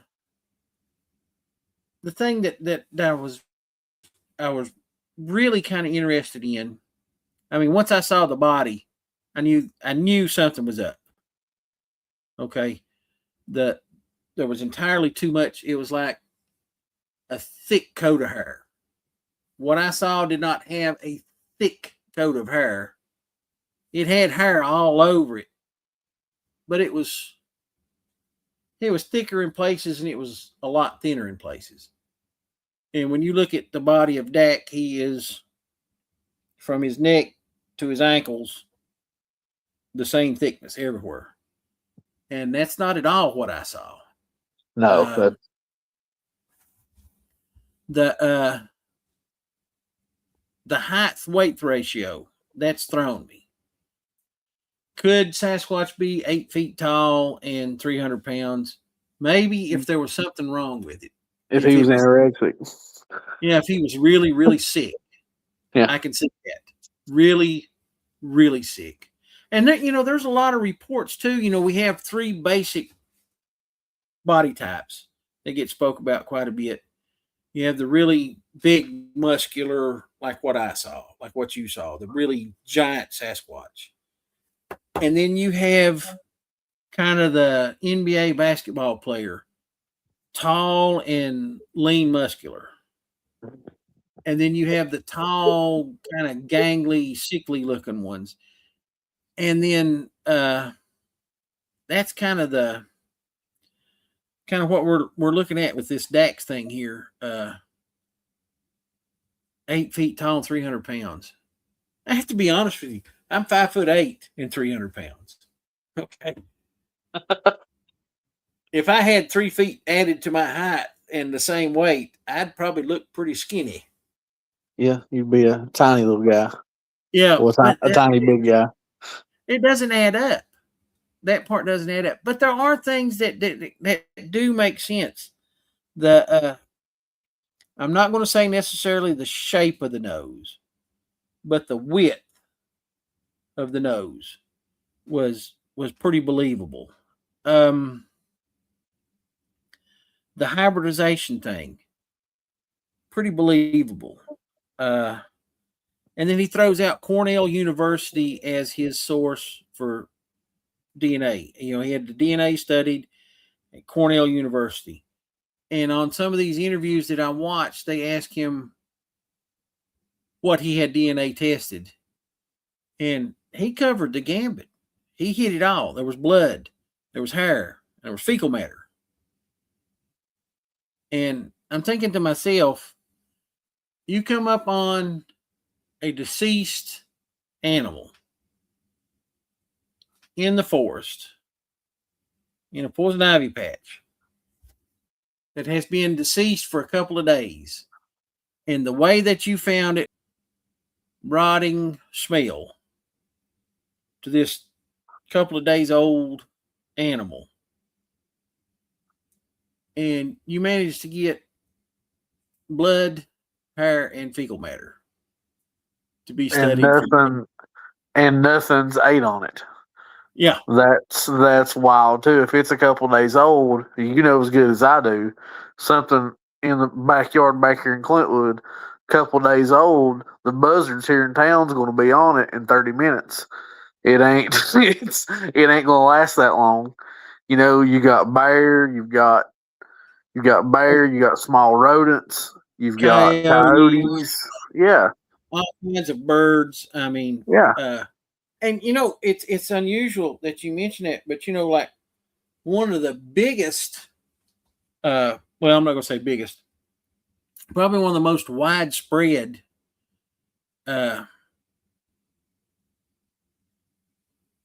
predators on these dead bodies in this area are yellow jackets.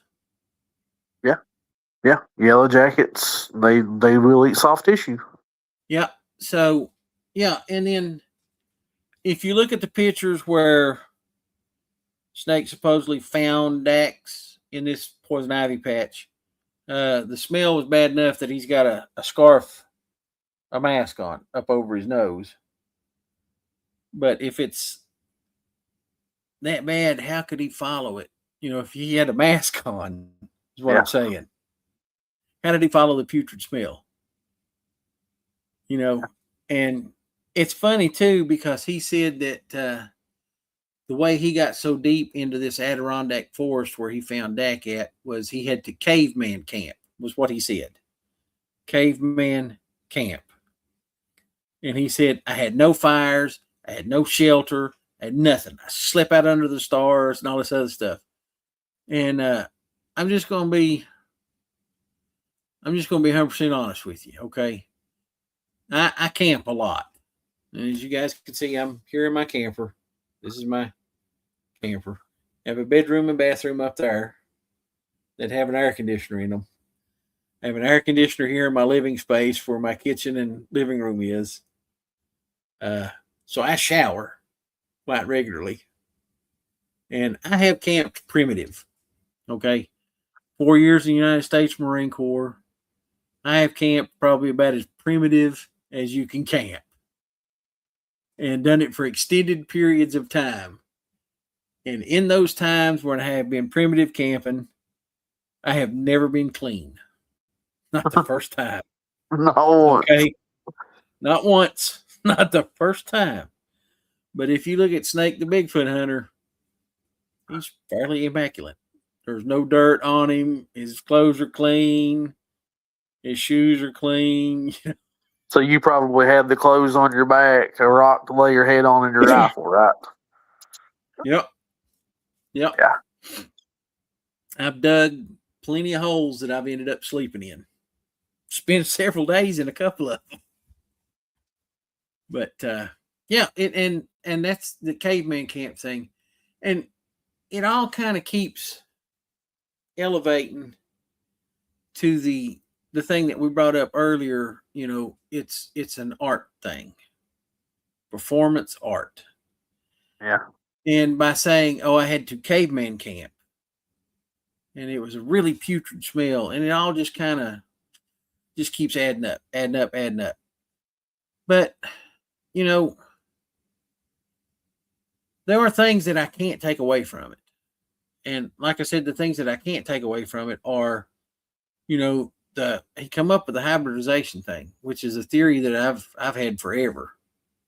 The Adirondacks is like one of the most perfect places to look for Sasquatch if you want to look for it, because it's a huge forest.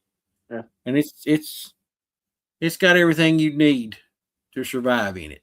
You know, like I said, there's points that I can't take away from it, but just, you know, just for the sake of the audience and US and everybody here, I'm not going to say that it's true.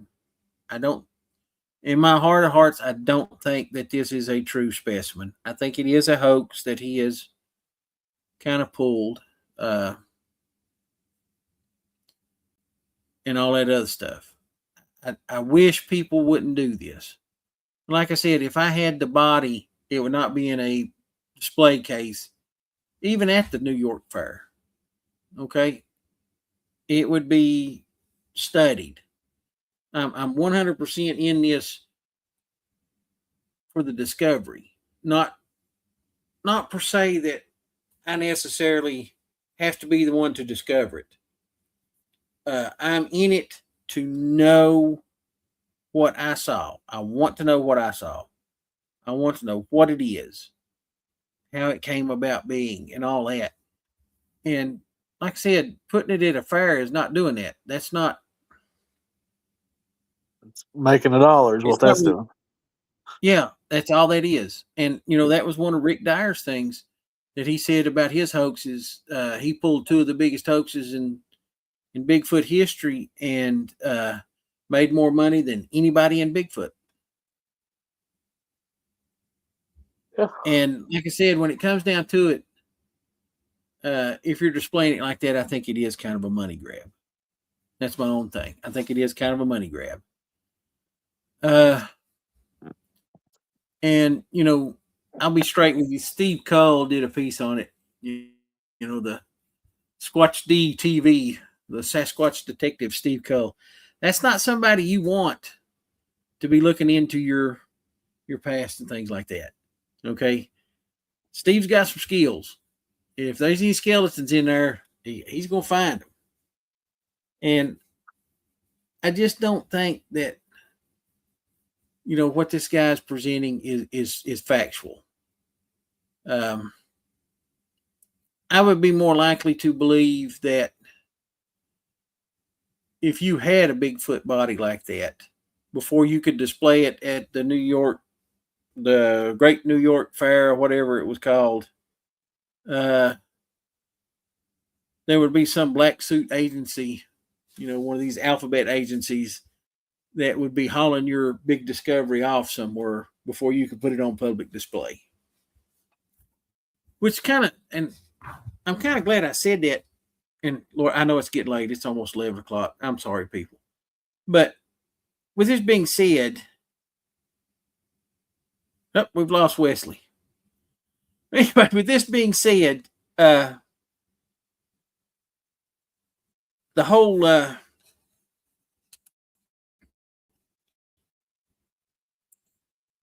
hang on a second. All right, got you back, buddy.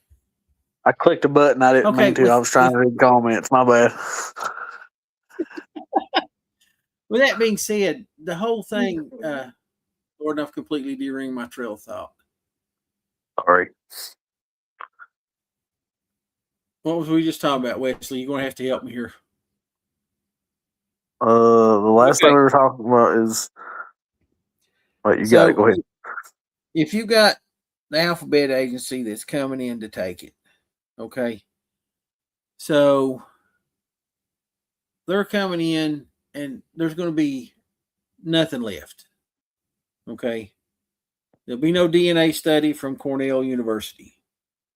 There'll be no YouTube video of, and like I said, call me conspiracy theory if you want to.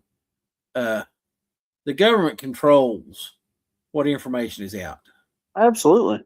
So with that being said, we've got, and this is a Bigfoot show, and I know it's a Bigfoot show, but we have all kinds of evidence now coming out of UFOs and things like that. And they have Senate committees that decide what information comes out. Yeah. So there's a committee that's out that's, that says, yeah, let's release this stuff, to be seen. So I'm thinking to myself, if that's the case, if there's a committee that says we are going to release information on this UFO sighting and this UFO sighting, and hey, look, we've been covered up with UFO videos and things like that from government here in the past little bit. Is there a committee on other cryptids? Is there a committee on specifically Sasquatch? That's a great question. Yeah, and it kind of makes me wonder, is there a reason why, now we're getting more information on UFOs? I mean, when I was a kid, there used to be this TV show, Project Blue Book, I think was the name of it, which was the actual Air Force investigation into UFOs. That was what it was called, Project Blue Book. And I would watch it as a kid.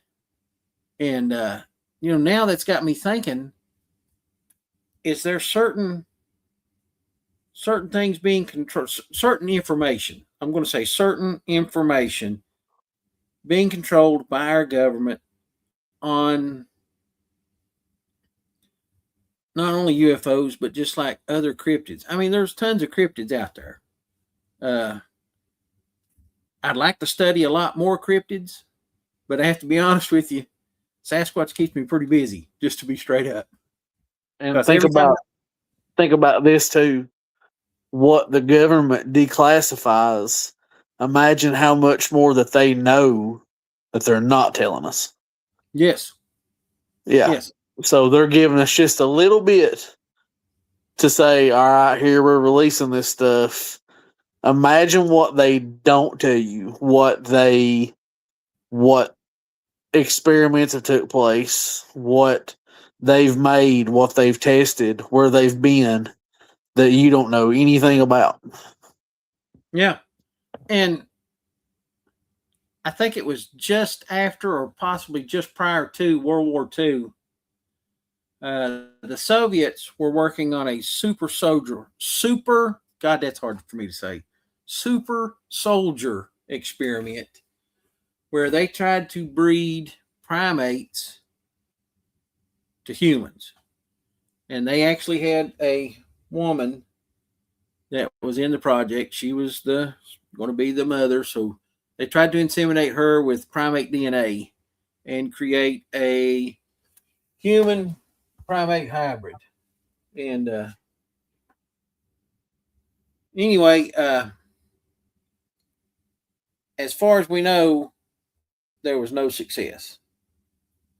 But there's not that much information on it. Because you're talking 1940s, 1950s, and the Cold War and everything else going on. So, yeah, there's not that much information on it. So we don't know if there was some type of success or if there wasn't some type of success with it. I actually think that they went the other way with it. This is kind of my old country boy logic, if you want it, okay? There are 2 horse and donkey hybrids that you can get, okay? One is a mule. So to get a mule, you breed a female horse to a male donkey.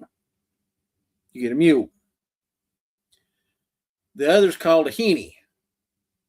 So to get a henny, you breed a female mule or a female donkey to a male horse. Now, the donkey to horse hybrid, which is a mule,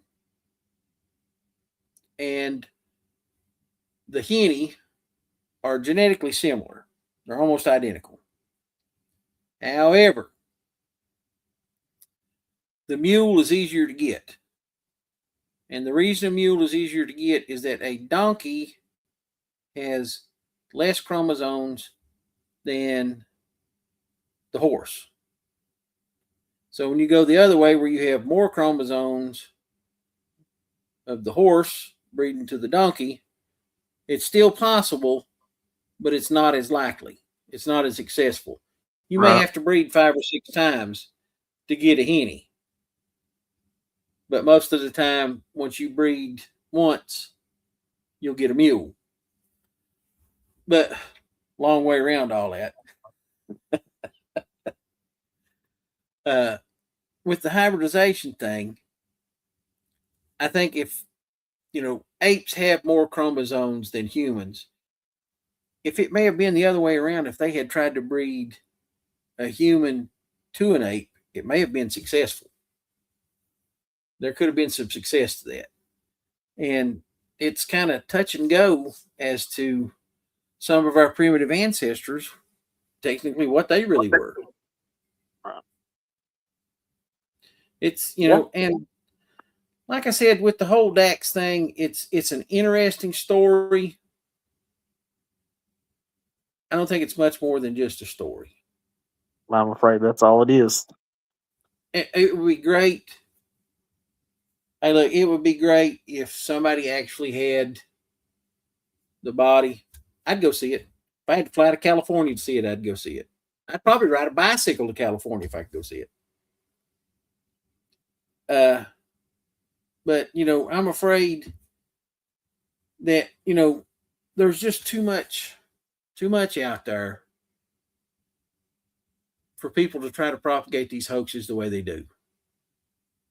We have fossilized evidence of a human Neanderthal hybrid, and it does not match at all what Dax looks like.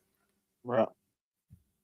We have fossilized evidence of all these pre-humans and all this other stuff. So it's going to be hard to keep, ripping this thing off. And to throw out things like Cornell University, that's a for real school. You know what I'm saying? Yeah. And this is kind of just people that are local to where I live at will understand this. So that's kind of like, I could come out and say, I have this Bigfoot evidence that I had DNA tested at Trammell Tech University. And they came back and said, which Trammell's just a really small town, close to my really small town. But, that's the thing. He threw out a lot of big names. And it's just one of those, I don't know. Not a lot of big evidence to substantiate those big claims and those big names. Okay, and I'm gonna bring up this right here, this point right here. Ray Mosley. How you doing, Ray? Sorry about your loss, pal. One of these days I'll happen upon a body and I'll call you first, Gary. Okay, now I'm gonna say this. Anybody that is doing Bigfoot research, whether you're in a group or whatever, you need to have a plan as to what you are going to do if you come upon a deceased Sasquatch body.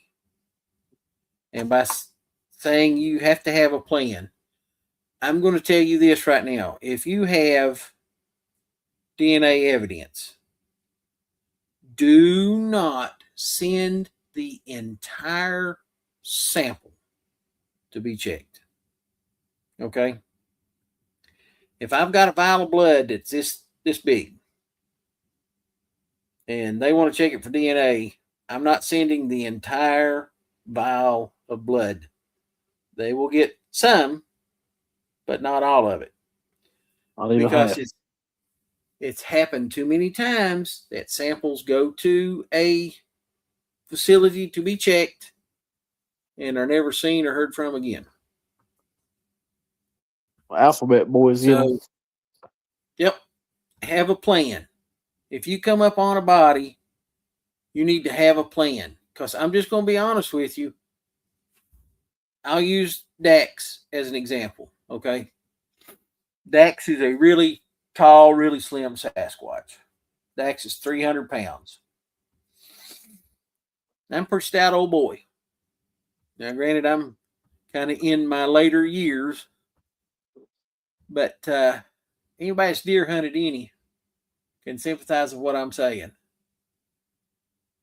You're in for a long drag if you're going to drag an 8-foot tall, 300-pound specimen, anything out of the woods. That is going to be an incredible feat of strength. Now, I think you need a plan as to how you will get it out, who would be notified, and then I think some of the specimens should be secreted away somewhere where nobody else knows. Because, exactly what we just talked about, if there is an alphabet agency that comes in and tries to take it, they're not going to get all of it. If you do send off your samples to the lab to be tested and they disappear, you didn't send all of it. So I think everybody, every group, whatever, should have that particular plan in mind. This is what I'm going to do. This is who I'm going to notify. And when I say this is who I'm going to notify, you don't need to notify Mrs. Peabody, who's going to run out and tell everybody what's happening. You need to have a close-knit group of people that you can trust and that run on trust to get involved with this. Now, as far as I know, in all of the interviews and everything else that I have seen, information that I have read about Snake the Bigfoot Hunter and Dax, nowhere does it say that Snake the Bigfoot Hunter had any help when it come to getting Dax out of the forest. Not one time does he mention anybody helping him.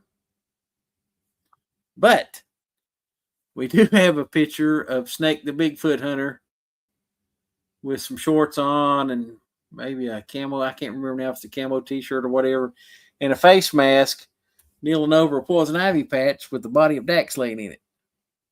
Now that's awesome. Who took the picture?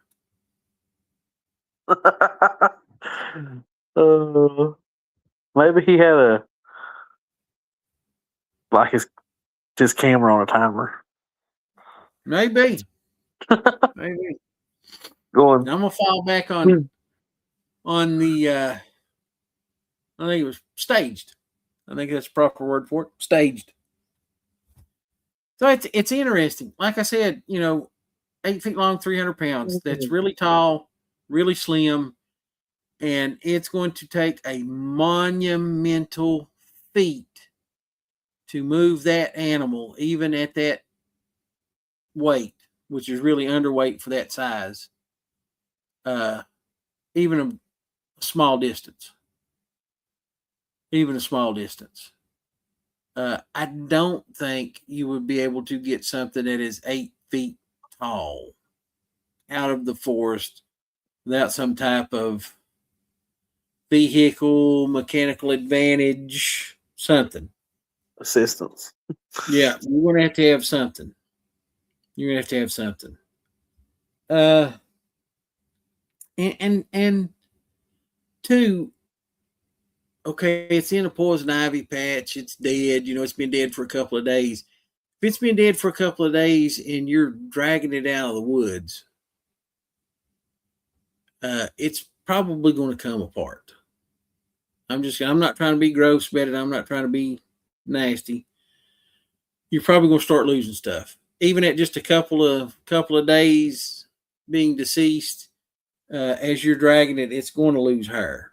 That's straight up first thing on the list. Is there a time of year mentioned where he claims he found it, the time of year? There was. Don't exactly remember now. I put my spectacles back on. Makes me look all intelligent and stuff. It's working. Fall of 2024. So fall. I would say fall could be classified anywhere in the bird months, wouldn't you? Yeah. Oh, yeah. You got to think, even if you're still, once your body stops, once you stop living, and your body start, within an hour, rigor mortis is already starting to set in. You're decomposing.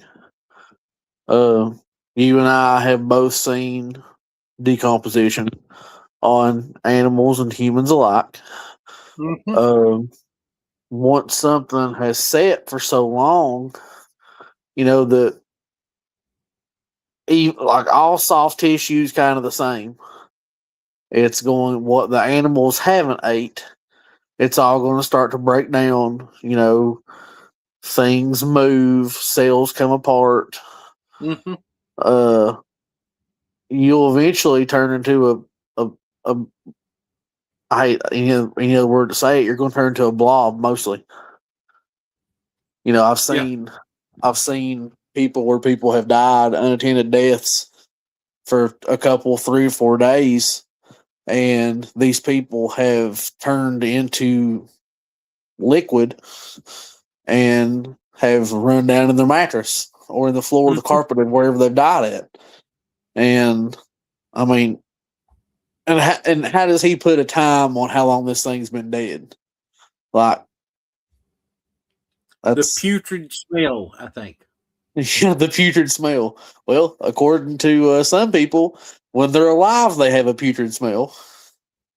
That's true. So, I think, like one of the biggest things with that, like you said, just as soon as something does pass,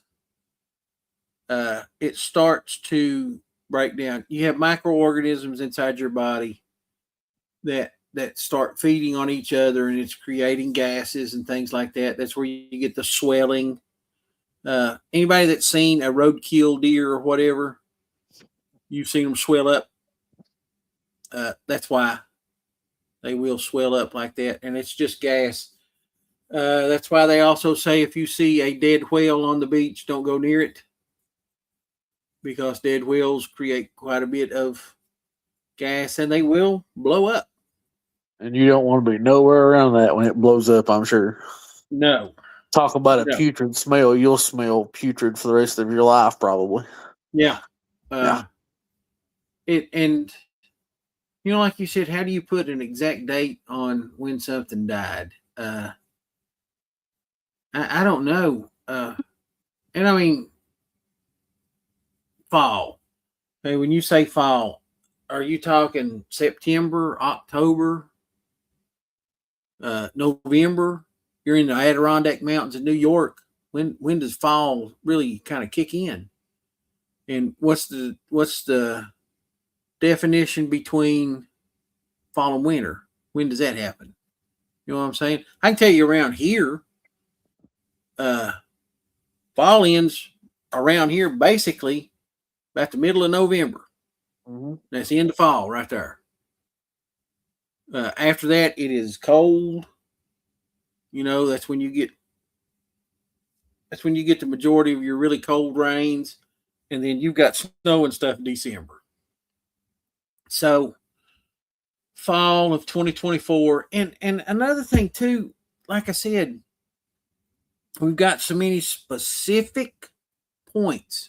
He actually gives a place found west of Old Forge in the central Adirondack Park, New York. Found in the west of the Old Forge in central Adirondack Park. That's a really specific place. Really specific place. I'm sure if you looked on a map, you could find Old Forge in the central Adirondack Park if you just looked at a map. If I told you, Wes, I found a deceased Bigfoot down on Crane's Nest, just on the other side of the waterfall heading towards Red Dog Road, you would know exactly where I'm talking about. 100%. Exactly where I'm talking about. 100%. Now, I didn't say, Wes, I found Bigfoot west of mile marker, blah, blah, blah, whatever. It's just really specific places. You know what I'm saying? Yeah. It's not something that it's not something that if you was caveman camping would experience. I was west of Old Ford. And like I said, really specific. Adirondack Park. Central Adirondack Park, New York. Does that sound like that might be a government-controlled park? Yeah. Who probably have rangers that patrol the park, who might actively be searching for people who are homeless, or as we could say, caveman camping. Yeah. Yeah. So, yeah. Yeah. So caveman camping is just another word for being homeless. That's exactly correct. Yeah. So Billy Stiltner's Exactly a caveman camper. At times. Right here's a good point, too. Les says must have been awful for the taxidermist. I honestly, and I've got to throw this out there, I don't know how you could taxidermy something that has been deceased for any length of time, a couple of days. Even at a couple of days, I don't see how you could taxidermy that if it's been deceased for a couple of days. Not without picking it up and it coming apart. Yeah, well, and like you said, things start happening just as soon as something dies. The skin starts to get thin and all this other stuff. That's the main thing you're going to use in taxidermy, is you're going to have the skin to tan and stretch across a mannequin of some sort to create this taxidermy animal. I just don't think you can do it after something's been dead for a couple of days. Where are you gonna get an 8 foot tall, like, thing to stretch it over? Yeah, Like, I have to be I have to be honest. I was fascinated with a taxidermy project that was done local here in Clintwood. Jarvie Robinson did it, and it's Robertson Taxidermy, and it was a 2-legged horse that come from over south of the mountain. The horse only had 2 rear legs, and it actually lived for a little while. I don't remember exactly how long it was that he lived, but Jarvie went in and told me what all he had to do to create this taxidermy to make it look like what the horse looked like. And it was a 2-legged horse. And he had to have a zebra mannequin that he had to remove the front 2 legs off of. And it was a really big, drawn out process. And he told me about everything that he did to create it. And it looked really good. It looked really good. Jarvie does excellent work on anything he does. Yeah, that's true. But, you're talking about where would you get a man? Somebody would have to know, where to get a mannequin like that. I'm sure somebody that's deep into the taxidermy would know something like that. But it would have to be modified so much just to make that 2-legged horse thing. Jarvie went into how he had to modify that zebra foal mannequin to make that horse. I was kind of hoping I still had pictures of it. If I still had pictures of it, that's a weird mold anyway. A zebra, like, who taxidermies a zebra in Clintwood? Yeah. I know some guys toward Kentucky. It's got zebras. Well, 3 of them. You named it, Kentucky. Oh. There's a lot of stuff possible in Kentucky that is not possible in Virginia. I can tell you that. Amen. Amen. Well, brother, I hate to run. I got to get up at 4 a.m. and smoke meat. I got an event tomorrow evening. Well, Wesley, I was fixing to kind of tie things up anyway. It's 11:30, and I've got to work tomorrow myself. So, children, will just say, everybody have a great rest of your week. Be careful. And I'm just going to kind of throw this one out there from, just old Uncle Gary here. But be honest with each other. We're all after the same end result to prove the existence of what people think we're all crazy because we believe it. Let's be honest with each other, and let's try to do away with some of this. I don't even know how to describe it. Tomfoolery. Yeah, tomfoolery. Some of this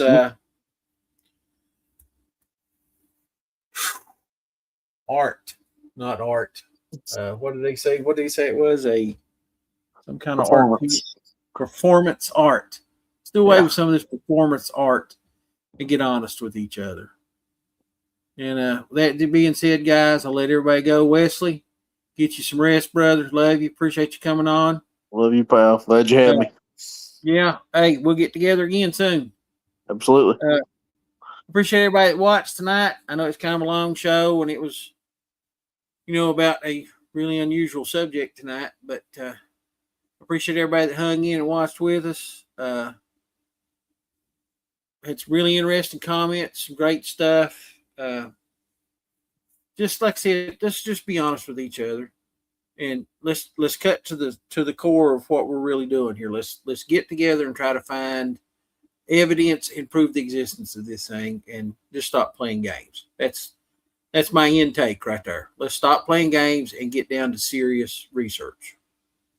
That's my end game. Wes, appreciate you. Everybody appreciate you guys tonight. Greatly appreciate everybody that tuned in. Guys, have a great rest of your week, and we'll see you again next Monday when we have another guest. Thank y'all. Yeah. Good night, everybody.